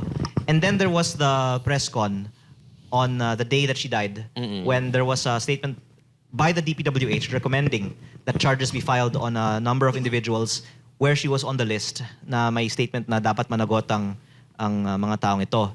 So I'm just bringing this up to show that Yusek Cabral was unnecessarily pressured and driven to do what she had done, and that the DPWH investigations had inadvertently actually cost us the life of who would have been one of the most valuable witnesses who could point to the real mastermind behind the allocation of these trillions of pesos of budget. Pero ang point ko lang on what you were saying is there it was a attempt to characterize na si Cabral at si Ko ang nag-uusap para sa alokasyon ng trilyon-trilyong piso. At siguro naman wala naman pong maniniwala na Yes. Yusek at APRO chair ang makakapag-allocate ng trilyon-trilyong piso. And that is the big problem kasi marami ang nagsasuffer na katulad lang halimbawa, yung mga walang kamuang-muang na namamatay sa baha dahil doon sa substandard or mga ghost projects, sila yung nagiging, kumbaga, nagiging biktima nitong pagnanakaw nila. And sa katulad na sinasabi mo, ang dahilan ng pagkamatay or dahil nangyari yon kay Cabral is regarding dito sa investigation about the corruption. While itong si Bernardo, umamin po siya na kasabwat siya na nagnakaw sa gobyerno at nag-sorry pa nga siya if I'm not, kung maaalala ko yung Solid video. pa din siya ng pera. Nagsoli pa rin siya ng pera. So, ibig sabihin, umaamin siya na naging kasangkapan din siya sa pagnanakaw, and yet, siya ay naging witness and he is under the protection program and supposedly mananagot din siya dahil meron siyang kasalanan na nagawa sa ating bayan at sa ating mga Pilipino. So, bakit parang ang nangyari, parang pinipinpoint lang nila na ito, ikaw, makakasuhan ka, ikaw, hindi, magiging witness ka. Supposedly, dapat managot din siya dahil umamin mismo siya na may ginawa siyang kasalanan sa ating bayan. Nag-sorry pa nga siya doon sa hearing, di ba? So what can you say about that, Kong? Parang... Well, that's why it's very unfortunate na we lost Cabral, who could have testified a lot. But Yes. andyan pa naman si Secretary Bonoan. Kaya lang, tahimik. Hindi na uuwi. Hindi na uuwi. Well, di na uuwi. Oo. Wala na, hindi na Oh, may bumabalik. tanong ako, Nag-return. kuno lang to eh. May tanong ako, personal to Buhay mo ba si Cabral? Yun, oo. Tingin ko hindi naman. Dahil napakahirap talaga ng posisyon niya. Kaya, ang sinabi kasi, noon pa nag-attempt na siya ng suicide, di ba? Kaya, hindi naman unbelievable na nag-suicide siya. Kung naman namatay siya, bakit hindi man lang nakapublic yung lamay niya, o nilamay man pa, o ano ba siya, hindi ba siya pinurol? Diba? Parang, paano malalaman ng tao kung talagang wala na siya, diba? May mga pictures naman of the Hindi, event. nakablur eh. May hindi naka-blur. Pwede mong Meron? Send mo sa akin. ma-search. Ano sa akin mamaya? Inutuso. Hindi, ano lang, pakita mo- Para sa privacy na lang ng pakita pamilya. mo na lang sa akin mamaya from your phone. Pakita mo.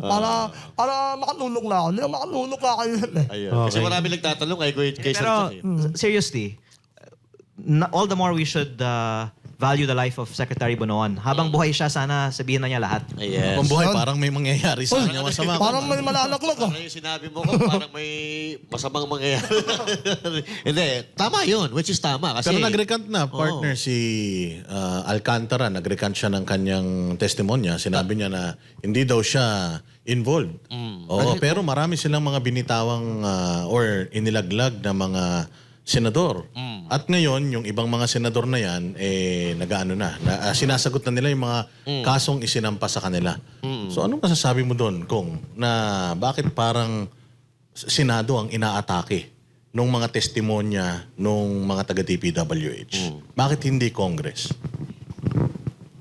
I think the evidence is also one of the basis for what they can go after, no? Kasi yung mahirap talaga in implicating someone is not just na may insertion sila, pero tumanggap sila ng pera. At kung sino yung tumanggap ng pera kay Bernardo o kay Alcantara, yun yung mabibuild nila ng case. Now, I don't know who else Bernardo or other available witnesses can point to that they gave money to.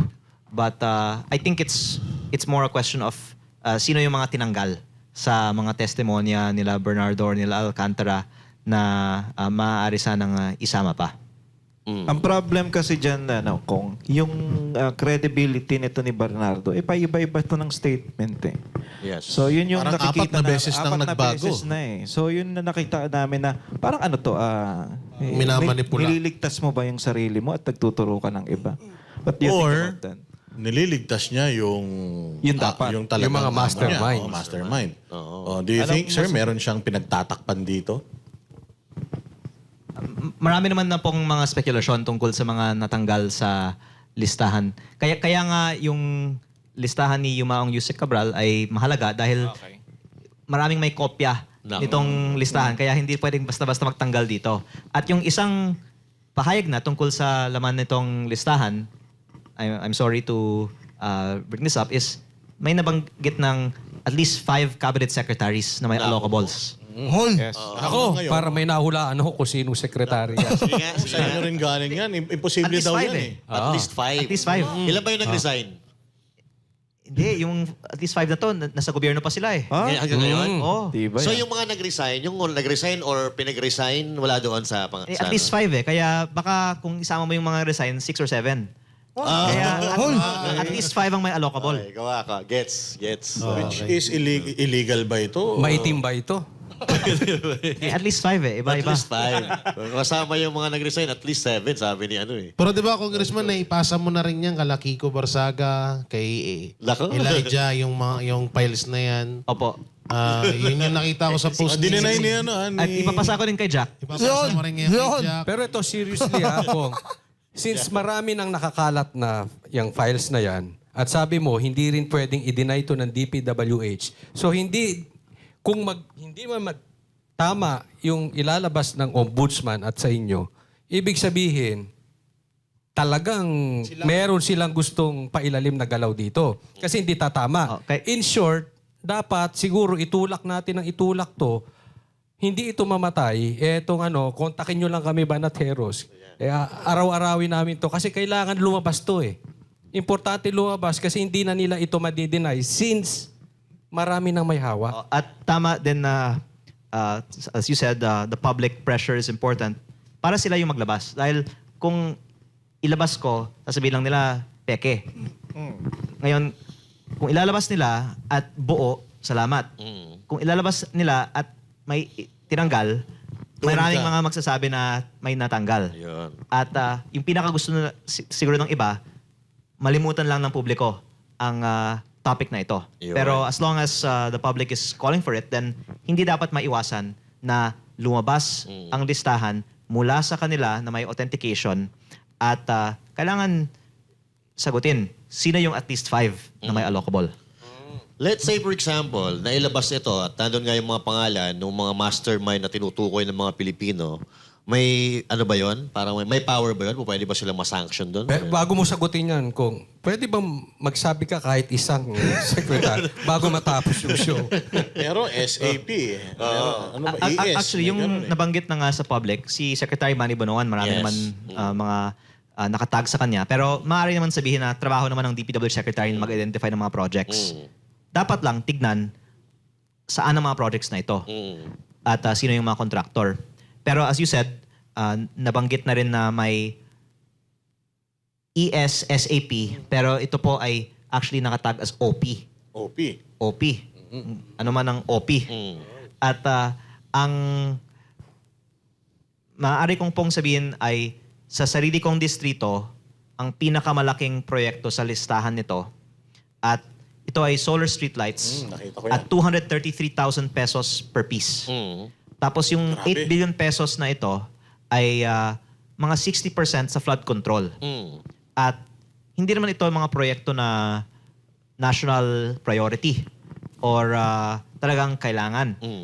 Maganda naman yung mga streetlights sa Yung mga cat eye, sa bayan ko. ano. Pero dahil sa presyong yun, imposibleng walang kumita Yun. sa mga proyektong ito. Kaya I'm just asking for some explanation paano napasok sa DPWH budget ang 8 billion pesos na mga proyektong ito na in my case may overprice at Overpriced by how much? baka 5 times. Grabe. Dahil 233,000 per streetlight eh. Tapos Mura lang yung sa Shopee Jackpot. Mura lang sa Shopee yan. Ang malupit pa doon, I think Wapay mo lang yun, eh. substandard yan, Kong, di ba? Kasi nadadaanan ko yung mga unang gawa dyan eh. Wala nang ilaw yung iba. Yan sa may, Yung cat's eye o yung street Yung cat's light? eye. Yung cat's eye iba pa yun. Mura lang yung cash ay. Yung mga lights yung talaga. street lights na Street lights. nakatayo, bago. Yun yung bago. Yun kaya maliwanag na doon. Alam nyo, kasi ako taga-norte ko. Proyekto yan sa norte, yung mga solar street lights. O doon yan nagsimula. Kaya nga kung inano ko lang, kinukonekta ko lang kay Kong yung sa kanila na solar street lights din. Tapos nakatag as SAP, ES/OP. Kayo nang bahalang mag-connect. By the way, Norte ka. Gusto ko Ilocos pong Norte. depensahan si ES at si SAP dito Oo. Parehong nagpahayag na hindi kanila ang mga proyektong ito at naniniwala ako sa kanila. Si ES, dating Chief Justice, hindi naman yan makikialam sa mga alokasyon ng mga streetlight. Alam niya yan eh. Oo. At sabi niya, dapat investigahan natin to. Kung guilty ka, sasabihin mo ba, investigahan ito? Ano? Tapos si ISAP, sinabi na niya, hindi siya. Kaya kung lahat naman nagsasabi na hindi sila, Sino? anong kinakatakutan natin na investigahan natin? oo. Paano nakapasok sa budget yung 8 billion na ito? Pero kung tandaan mo, walang kriminal na umamin. Pero maganda na sinabi nila, investigahan natin. Tinay sila at sinabi investigahan. Nabanggit niya yung ES, SAP. Oo. Yung OP. Tingnan natin yung sagot. Hindi pa nagdi-deny Wala pa, wala Oo. pa. At yun Basta no malice. The point is, the projects are there. May mga anomalya. At hindi nakakapasok ang mga ganyang kalaking proyekto na walang nagpasok. Kaya dapat natin malaman, baka naman may isang staff lang na nagpasok at kinumbinsi si DPWH na ipasok. Alamin natin, sino ang nagpasok ng mga proyektong ito? lahat ng ito ay malalaman natin kung iimbestigahan talaga ito. Pero kung mananatiling tikom ang bibig ng ilan sa mga nasa gobyerno, wala, hindi malalaman ng mga kababayan natin kung anong totoong issue na to, kung anong sagot dito sa issue na to. Tama? So ito, before, ang pinag-uusapan lang natin, flood control projects. Pero ngayon, lumalabas, hindi lang dyan may Marami issues. pa, no? Oo, meron pang issue sa rock netting, sa Farm cat's to eye, market road. farm to market Sa road. DOH pa. meron din. Oo, pero ito, DPWH lang ito. Sa Department of Agriculture, sir, meron po ba kayong nakikitang corruption? Sa lahat naman ng mga procurement, meron. Hindi lang naman sa infra, pati sa farm input siguro. Pero ang lumalabas, pinakamalaking capital outlays ay sa DPWH. Kaya nga, yun ang pinakamalaking budget dahil parang na-centralize na yung corruption sa isang ahensya. Pero tama ka po, hindi lang DPWH. In fact, ang estimate on government corruption is over 1 trillion pesos per year. Baka 40% of that is on government expenditures, and then maybe 20 to 30% of that is on revenues naman, which means BIR and customs. And of course, smuggling is always a big source of corruption. So hindi po ako expert dyan, pero baka sa agricultural sector, mas malaki ang corruption, not in the DA spending, but on the agricultural smuggling. Pero meron din malaking corruption sa regulatory capture. Kahit na hindi ka spend ng government funds, sometimes you can recommend an appointee to lead a agency, or you can cause the resignation of an appointee, or you can influence politicians in a political party to advocate for a certain legislation to favor a private interest. So marami po pa ang mga possible corruption, at ang sinasabi nga po, ang pinakamalaking problema ng Pilipinas ay ang oligarkiya. Mas malaki pa kaysa sa corruption sa gobyerno. Pero sa ngayon, yung focus ay yung DPWH. Yung soft pork na sinasabi ni Senator Amy Marcos sa 2026 GAA, anong statement at comment nyo dyan? Personally, I think mas worse yung DPWH kaysa sa yung ayuda. Kasi yung ayuda at least dapat mapunta sa tao. Pero meron din mga reports na yung ayuda ay kinakaltasan din. So good to also do a study gaano kalaki ang kinukurakot sa mga AIX, mga tupad, mga MAIP. Meron din pong mga reports na may mga kickbacks para sa alokasyon ng MAIP sa mga ospital. Kasi yung AIX at tupad, baka 5,000 per beneficiary on average yan. Pero yung MAIP, baka umaabot ng hundreds of thousands for a medical assistance patient. Kaya mas madali siguro mangurakot sa MAIP. Kaya good to also study that. Sinasabi nga, ang DOH ay isa sa mga pinaka-corrupt din ng mga ahensya. Grabe. Itong soft pork na tinatawag ni Senator Amy, yung listahan mo, is same na mga tao ba tong mga involved dito? Yung maraming allocation patungkol dito? Well, maganda sana kung ilabas ang listahan ng alokasyon ng mga soft pork. Pero DPWH lang po ang nakuha ko. Kung gawin sa iyo kaya yung yung ginawa kay Kong Kiko Barsaga na Inethics, ilalabas mo kaya yung listahan? Opo, sinabi ko naman na maganda yung pagkakataon para araw-araw pwede akong magsalita. Marami kang oras, no? Mahirap din na makapagsalita sa Kongreso dahil ang oras sa floor ay kinokontrolado. Tsaka kung hindi ka At, pinagbigyan yata mag-privilege speech nung Opo. Kaya sinabi ko na lang sa media pagkatapos ng session yung hindi ko nasabi sa floor tungkol sa mga bonuses. Pero ang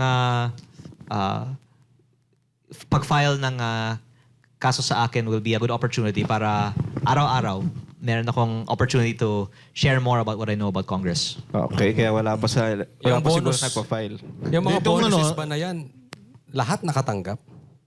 Alam mo, may mga hindi nabigyan at sila pa yung in-interview. Kaya baka yung mga nabigyan ayaw magpa-interview. So hindi Pero mabuti naman may mga na-interview na umamin meron. Pero Yes. pang additional funding for Christmas requirements. hindi lahat nakatanggap. Ang next question ko, tutugma rin ba ito doon sa mga sinasabi ni Kong Chanco na nabigyan din doon sa pumirma nung impeachment, tinutulak itong impeachment kay BP Sara? Well, siya na ang nagsabi na hindi siya binigyan dahil hindi siya pumirma sa impeachment. At yung bigger point ko nga on the 2 million is that it is 58 million on average. Yes. Kaya kung 20 million lang ang nakuha ng isa, baka 78 million ang nakuha ng iba. Di ba? Yung 2 million ba kung nakuha mo? Yung Christmas bonus? Hindi ko nga kinukuha mula sa simula pa lang. Saan kaya napunta yun? Kaya yung pinicture ko is from October pa. Kasi nung October, sa araw ng botohan ng budget, pagkatapos, yung bigayan ng mga Bigayan? cheque ng 1.5. Okay. Balikan natin yung cheque. Meron lang kaming gustong klaruhin, sir. Kapag ka ba nasa listahan ng files ni Cabral, guilty na? Hindi. Mabuti nga kung ilabas natin para pwedeng ipaliwanag natin yung mga projects natin. At kung wala ka namang commission, hindi mo dapat itago ito. O, kasi nabanggit mo na sa mga listahan na yan, nandoon din yung mami mo, tama? Sa listahan na yan, nandoon din actually si Senator Robin Padilla. So hindi naman ibig sabihin na kapag nasa listahan na ito, may ginawa ng kabulastugan, Opo. tama? Pero maraming mga senators na nagalit dahil lumabas yung listahan. Para sa kaya kaalaman ng mga senador, klaruhin nyo na. hindi ako yung nagbigay kay Bilyonaryo. Si Bilyonaryo yung naglabas galing sa kanilang source. Pero nasa Bilyonaryo naman po yung di umano'y alokasyon ng mga senador na tugma naman sa nasa akin.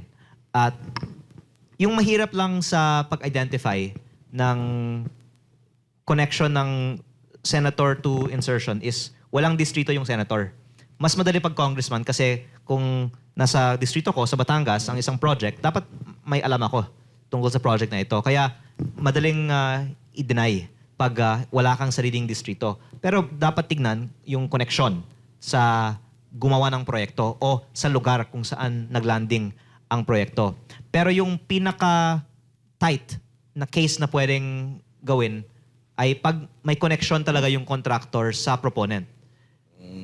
Kaya nabanggit ko din si Kong Garjola kasi yung mga projects na nakalist sa file ni Yumaong Yusek Cabral ay napunta sa mga kumpanya ng pamilya niya.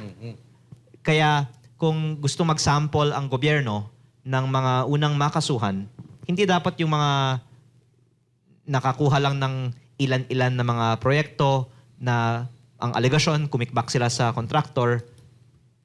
Dapat ipaliwanag ng gobyerno, bakit hindi natin isama sa unang batch ng kaso yung mga mismong contractor para sa napakalaking halagang mga proyekto. Pwede bang pakipaliwanag din natin kung sa mga nanonood, yung kasi may nilabas din yung Bilyonaryo actually na isang report na sino ang may pinakamataas na requested na projects. Masama ba ito na kung ikaw ay napakarami mong request na project? Yung krimen ay pag as a result of the insertion, may commission para sa proponent.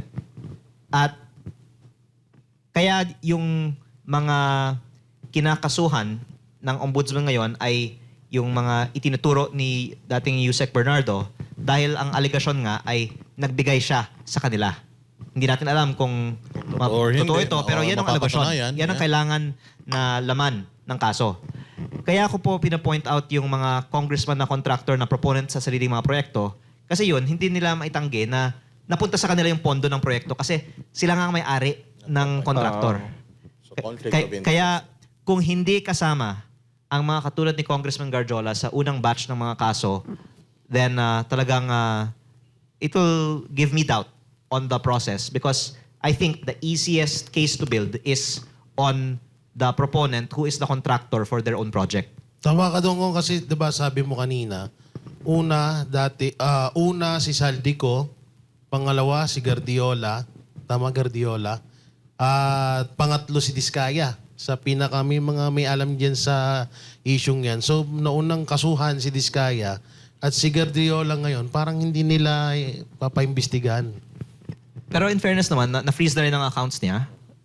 At I hope na may isasama siya sa next batch. Kaya din, hinahayaan ko sila muna na gumawa ng kanilang trabaho, awaiting that they act on that. But pinakamadali dapat na gumawa ng kaso sa mga congressman na contractor sa mga proyekto na sila ang nagpasok sa budget. Kung sa pagiging emotional mo pagdating sa nagpe-pressure sa sabi mo nga hindi ikaw pinupunteriya which is yung mami mo nga. Ano to? May parang death threat na ba na instance? Kaya medyo nagiging emotional ka sa mga nangyayari pag ini-interview ka. Hindi naman death threat, pero actually yung ikinalulungkot ko is the fact na yung government resources ay ginagamit para patahimikin ako. Dahil sa daming mga problema ng bansa, all the more yung corruption investigation, I don't know why not enough people are questioning why is the government focused on making me quiet and focusing on my possession of the files instead of addressing why the files are not being released. Okay. Nagsimula actually lahat ng to doon sa expose ni Pangulong Duterte tungkol sa yung liquidation by certification. Are you against it ng liquidation by certification ng mga Oh, congressman? kasi yung ibang mga government agencies naman kailangan mag-liquidate, 'di ba? Kaya hindi ko alam bakit natin ma-justify na exception ang Congress and Senate porket tayo ang nag-approve ng budget para sa sarili natin at takot ang COA siguro na hindi mag-agree sa kagustuhan natin. We should set an example naman if we're really for transparency. Ngayon, kung gusto nating pilitin talaga itong liquidation by certification, wag na tayong magmalinis na tayo ay for transparency. Aminin lang natin na meron tayong tawagan na nating totoo, confidential intelligence fund. Kaya ang sasabihin ko, parang walang substantial difference ang pondong liquidation by certification na MOOE ng Kongreso na karamihan ng 18 billion peso fund ay ganito sa confidential intelligence fund. Therefore, masasabi natin na may billion-bilyong pisong confidential intelligence fund ang Kongreso. So ano yung pwedeng mong isuggest para mabago ito? Or are you up to it na alisin na ito? Napakahirap naman na baguhin ito, lalong-lalo na kung Batas na siya. alam niyo lang po na mas sensitibong topic pa ito kaysa sa DPWH. Ang sinasabi nga ng iba, sige na, hayaan na natin si Leandro magsalita tungkol sa Cabral Files. Huwag na lang tamaan ang mga bonus natin. Pero ang gusto ko lang kasing aminin ng iba ay this is really a confidential intelligence fund. So let's just call it what it is. Huwag na tayong magsinungaling na ito ay para sa travel, communication, representation. Kasi yan yung kailangan mong permahan na meron kang 1 million per month, hindi yan isang cheque. Mga 4 na cheque siya na para sa iba't ibang mga gastos na you only certify it went to travel. Hindi naman umaabot ng 200,000 pesos per month yung communication or transportation expenses mo Yes. 'Di ba? So aminin lang natin, it's 1 million peso confidential intelligence fund per congressman per month. So sa 3 taon na ikaw yung magiging congressman ng distrito mo, hindi ka tatanggap ng MOOE. Hindi. So may pondo ka pa ba naman para dyan? I mean, yes, alam naman natin na malalim ang iyong resources, pero do you think hindi naman makaka-apekto to sa function mo, yung hindi mo pagtanggap ng MOOE? Oo naman po. Ayun. Okay, no? Malinaw na malinaw. Sa akin naman, itong confidential fund na pag-usapan natin kanina. Sa sinasabi mo, let's call it what it is, confidential fund, pero itong binabato kay VP Sara Duterte. Ito nga ang nagiging dahilan kung bakit siya in-impeach dati, di ba? So, ano sa tingin mo yung nangyayari dito? Ito ay politically motivated o talagang may mga ayaw lang na politiko na makabalik ang isang Duterte sa gobyerno? Sabihin sa Malacanang or presidente? Well, I think people should answer first their own confidential funds before they accuse other people of confidential funds. Pati sa 2026 budget, malaki pa rin ang confidential funds ng buong gobyerno. Kaya I think the public can see the hypocrisy of the Yes. people that are making an issue of confidential funds. So, dugtungan ko rin yung tanong niya tungkol dito sa impeachment na Kasi yun nga, binanggit din ni Congressman Chanco, yung mga pumirma, nakatanggap. First question, do you agree with it? Pangalawa, magkakaroon na naman, di umano, ng another impeachment. So, another pirmahan na naman yan. So, another source of corruption na naman yan. Kaya we will have our ears on the ground kung sakali may mga kumakalat na mga insentibo na sa Kongreso. Pero mabuti nga na pati ang iba't ibang mga sides sa Kongreso ay nagsalita na tungkol dito. Si Congressman Egay Irice ay nagsalita Yes, na hindi niya yes. susuportahan ng impeachment dahil sinabi niya, Yes. trilyong pisong korupsyon ang pinag-uusapan natin sa DPWH, bakit hindi na lang yan ang tutukan natin? So, pagka, halimbawa, nagkaroon ulit ng impeachment, nagpirmahan, at may narinig ka, ilalabas mo. Sana may magsasabi pa sa akin sa Kongreso. Pero Ayun.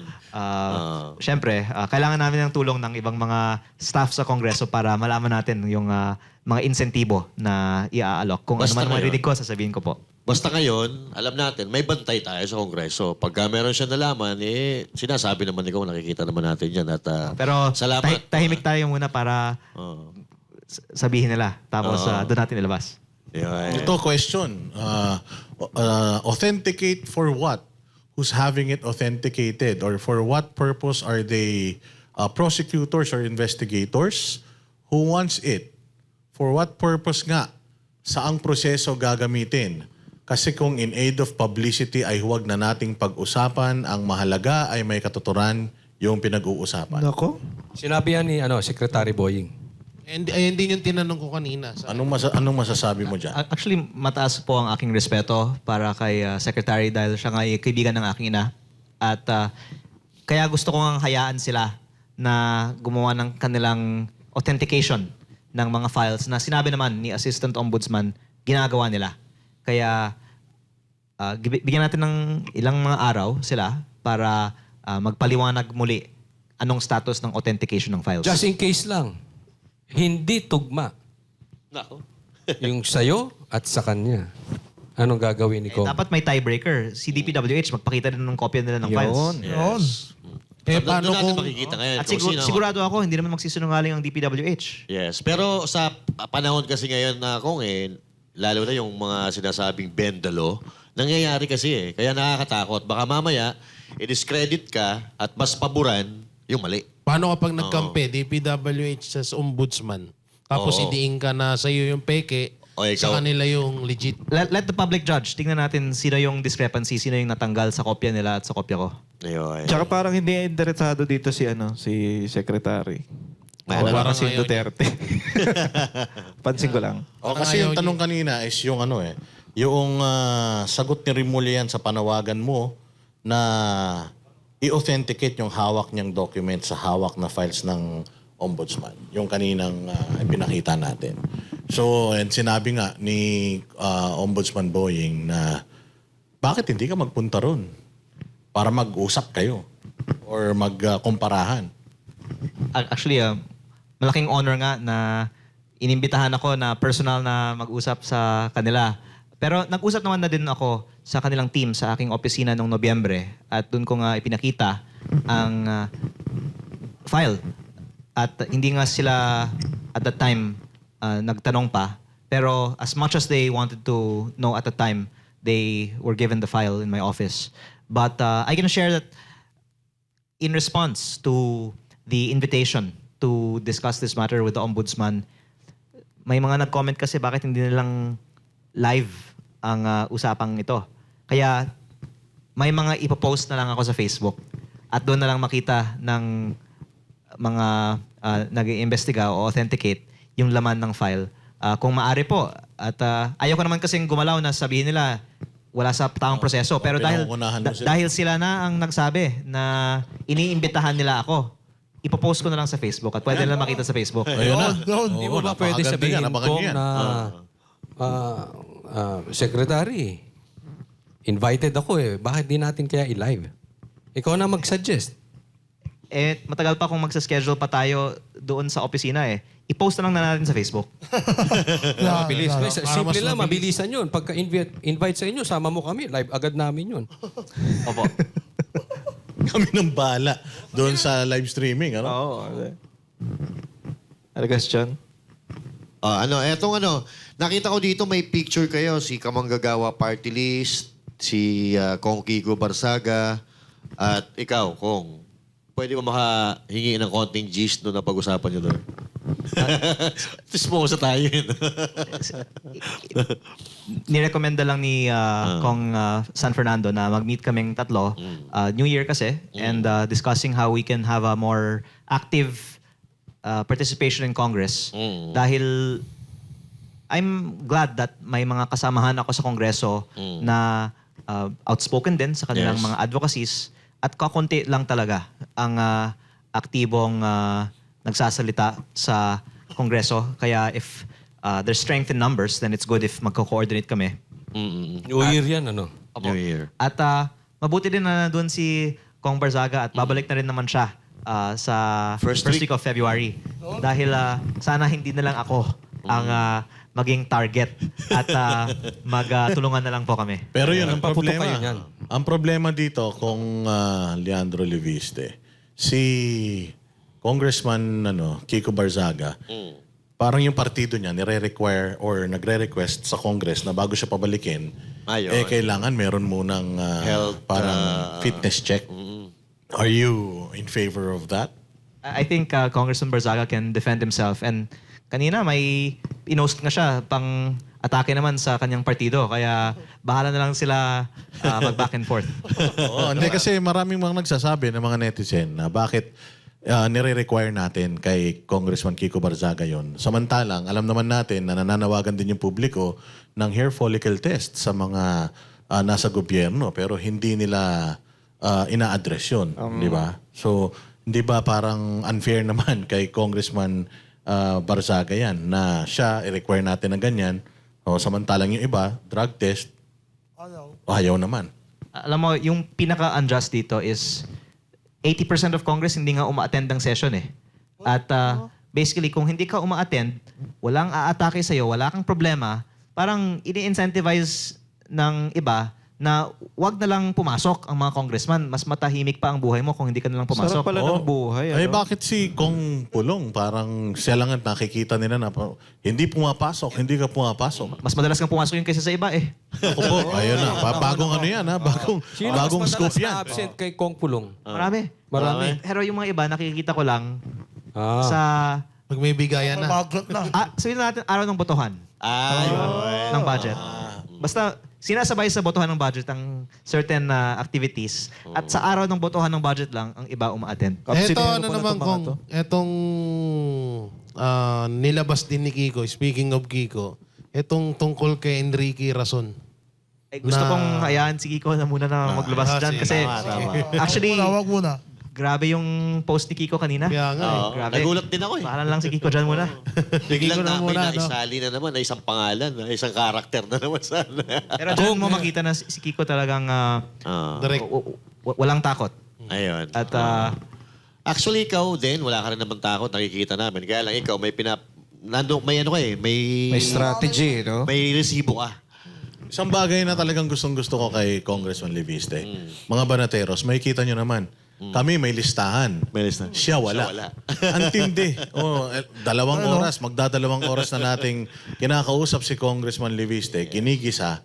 Pero you're really consistent kung ano yung mga sagot mo. Wala ka naman listahan, pero nakikita namin na talagang parehas yung mga sagot mo. So, dito ko nararamdaman yung genuinity ng mga information na nanggagaling kay Congressman Leviste. Actually, kuya, may nakikita ko sa kanya, 20 years from now, presidente na to. Nako. 20 years from now. Eh, yun din ang sinabi ni Ano ko PRRD eh. eh. Ano ka? Ginaya mo lang kay Tatay Digong. Speaking of PRD, Sinabi niya yun eh. may nagsasabi na nag-OJT ka daw kay PRD. Ano mo nga, kwento mo nga yan. Yung pag-OJT na yan. Ano bang totoong istorya behind it?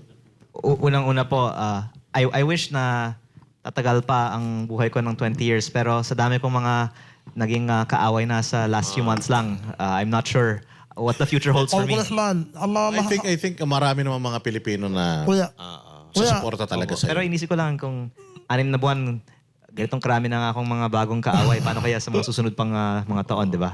Masaya kung It will be very exciting next few years. But I spent time in Davao in 2013 and was eye-opening because I also had the chance to ask then Mayor PRRD sa napatunayan niya sa Davao sa suporta ng public sa kanya, bakit hindi siya tumakbo sa national? At actually, ang sagot niya at that time was baka aawayan daw siya ni De Lima who was then Secretary of Justice. At in more broad terms, sabi niya na the country is not yet ready for a leader like him on the national stage. And when it was first floated that he will run in 2015 for the presidency of 2016, I could already see that he is gonna win because nakita ko yung reception ng mga tao sa kanya sa time that I spent in Davao in 2013. And nung pa lang, sinabi ko sa aking ina na dapat maging supportive siya sa eventual administration ni PRRD. And I'm thankful that I had the chance to see that up close. And actually yung isang hangaan ko talaga sa kanyang leadership was the fact that he really stood up to the then untouchable figures in our country. Nabanggit ko naman kanina, sa tingin ko pinakamalaking problema ng Pilipinas ay hindi corruption sa gobyerno, kung hindi ang oligarkiya. At kung pwede kong ipaliwanag sa ating mga kaibigan na hindi naman DDS, ano yung magandang legasiya ni PRRD sa bansa? It was that yung ibang mga untouchable na negosyante sa Pilipinas ay sa panahon niya sumuporta sa mga programa ng gobyerno, nagbayad ng buwis at hindi gumawa ng mga matagal nilang maling ginagawa dahil takot sila sa strong leader in our country at the time. And it was a time when I can say the country was not ruled by the oligarchy. Kaya ko rin naman natanong kasi nag-OJT ka sa kanya and yung first time na nakatungtong ka sa Congress, binangga mo kagad yung mga malalaki at malalakas eh. So is it safe to say na meron siyang inspirasyon mo siya sa klase ng trabaho na ginagawa mo ngayon sa Congress? Well, I think that to be politically realistic, you have to get a sense of what is achievable in the current landscape. And the fact that is really driving things now is that the majority of Filipinos, according to surveys, maybe up to 80% of Filipinos are unsatisfied with the current state of the country. So, kung long shot ang mga pinapanawagan natin ngayon, then mas mahirap na bumangga sa way things are. Pero the fact that we can see that 80% of the country is unsatisfied with the way things are, and yet only a small percent of the people in government are willing to say these things in public, then it is more a reason for the things that are not being said to be said for those that have the chance to say so. Well, ito, isang tanong is, sinabi ni Duterte na ang legacy niya ay yung nasa posisyon siya talagang nilagay niya sa dapat kalagyan yung mga oligarch. So ano naman ang masasabi mo na ang mga nasa likod ng mga political parties na affiliated, ang mga congressman ay mga oligarchs din? Well, ang sinabi ko po kanina ay minemeasure natin ano yung politically realistic.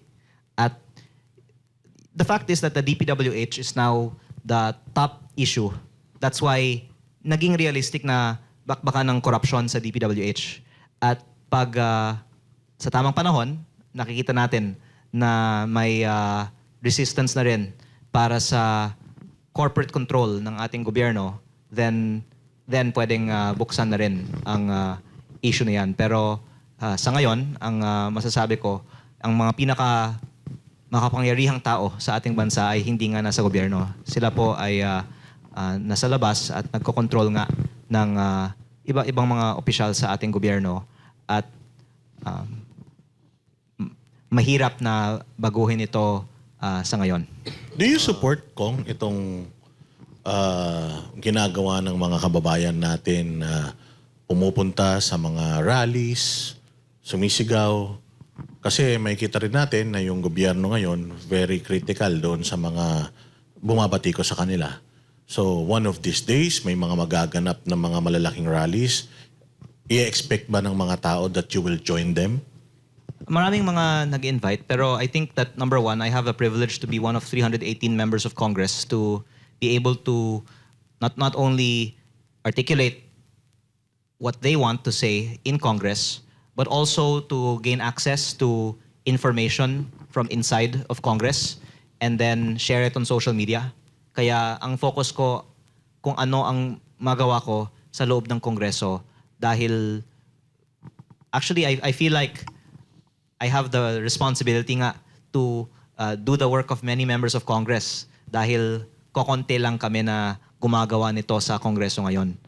Pero to the extent of sharing my views, I think social media is actually effective platform because through shows like yours, mas marami ang makapanood kaysa sa mga live events. Pero yung pinaka-importanting role that I can see myself playing is to gather evidence of what's happening on the inside and share it with people on social media. And the reason why we're doing this is that because of this corruption, no? And 2 days ago or a few days back, si then Governor Chavit Singson ay talagang matindi ang atake niya sa gobyerno. So, do you support him or do you agree dito sa mga sinasabi niya about sa government na itong gobyerno ni Bongbong Marcos Jr. ay talagang pinamumunuan or parang isa lang sindikato. Yun ang sinasabi niya lagi eh. Isang sindikato na patuloy tayong niloloko, patuloy tayong pinagnanakawan at may 3 taon pa na tayo pagnanakawan. This is the words that coming out to dating Governor Chavit Singson. So what can you say about it?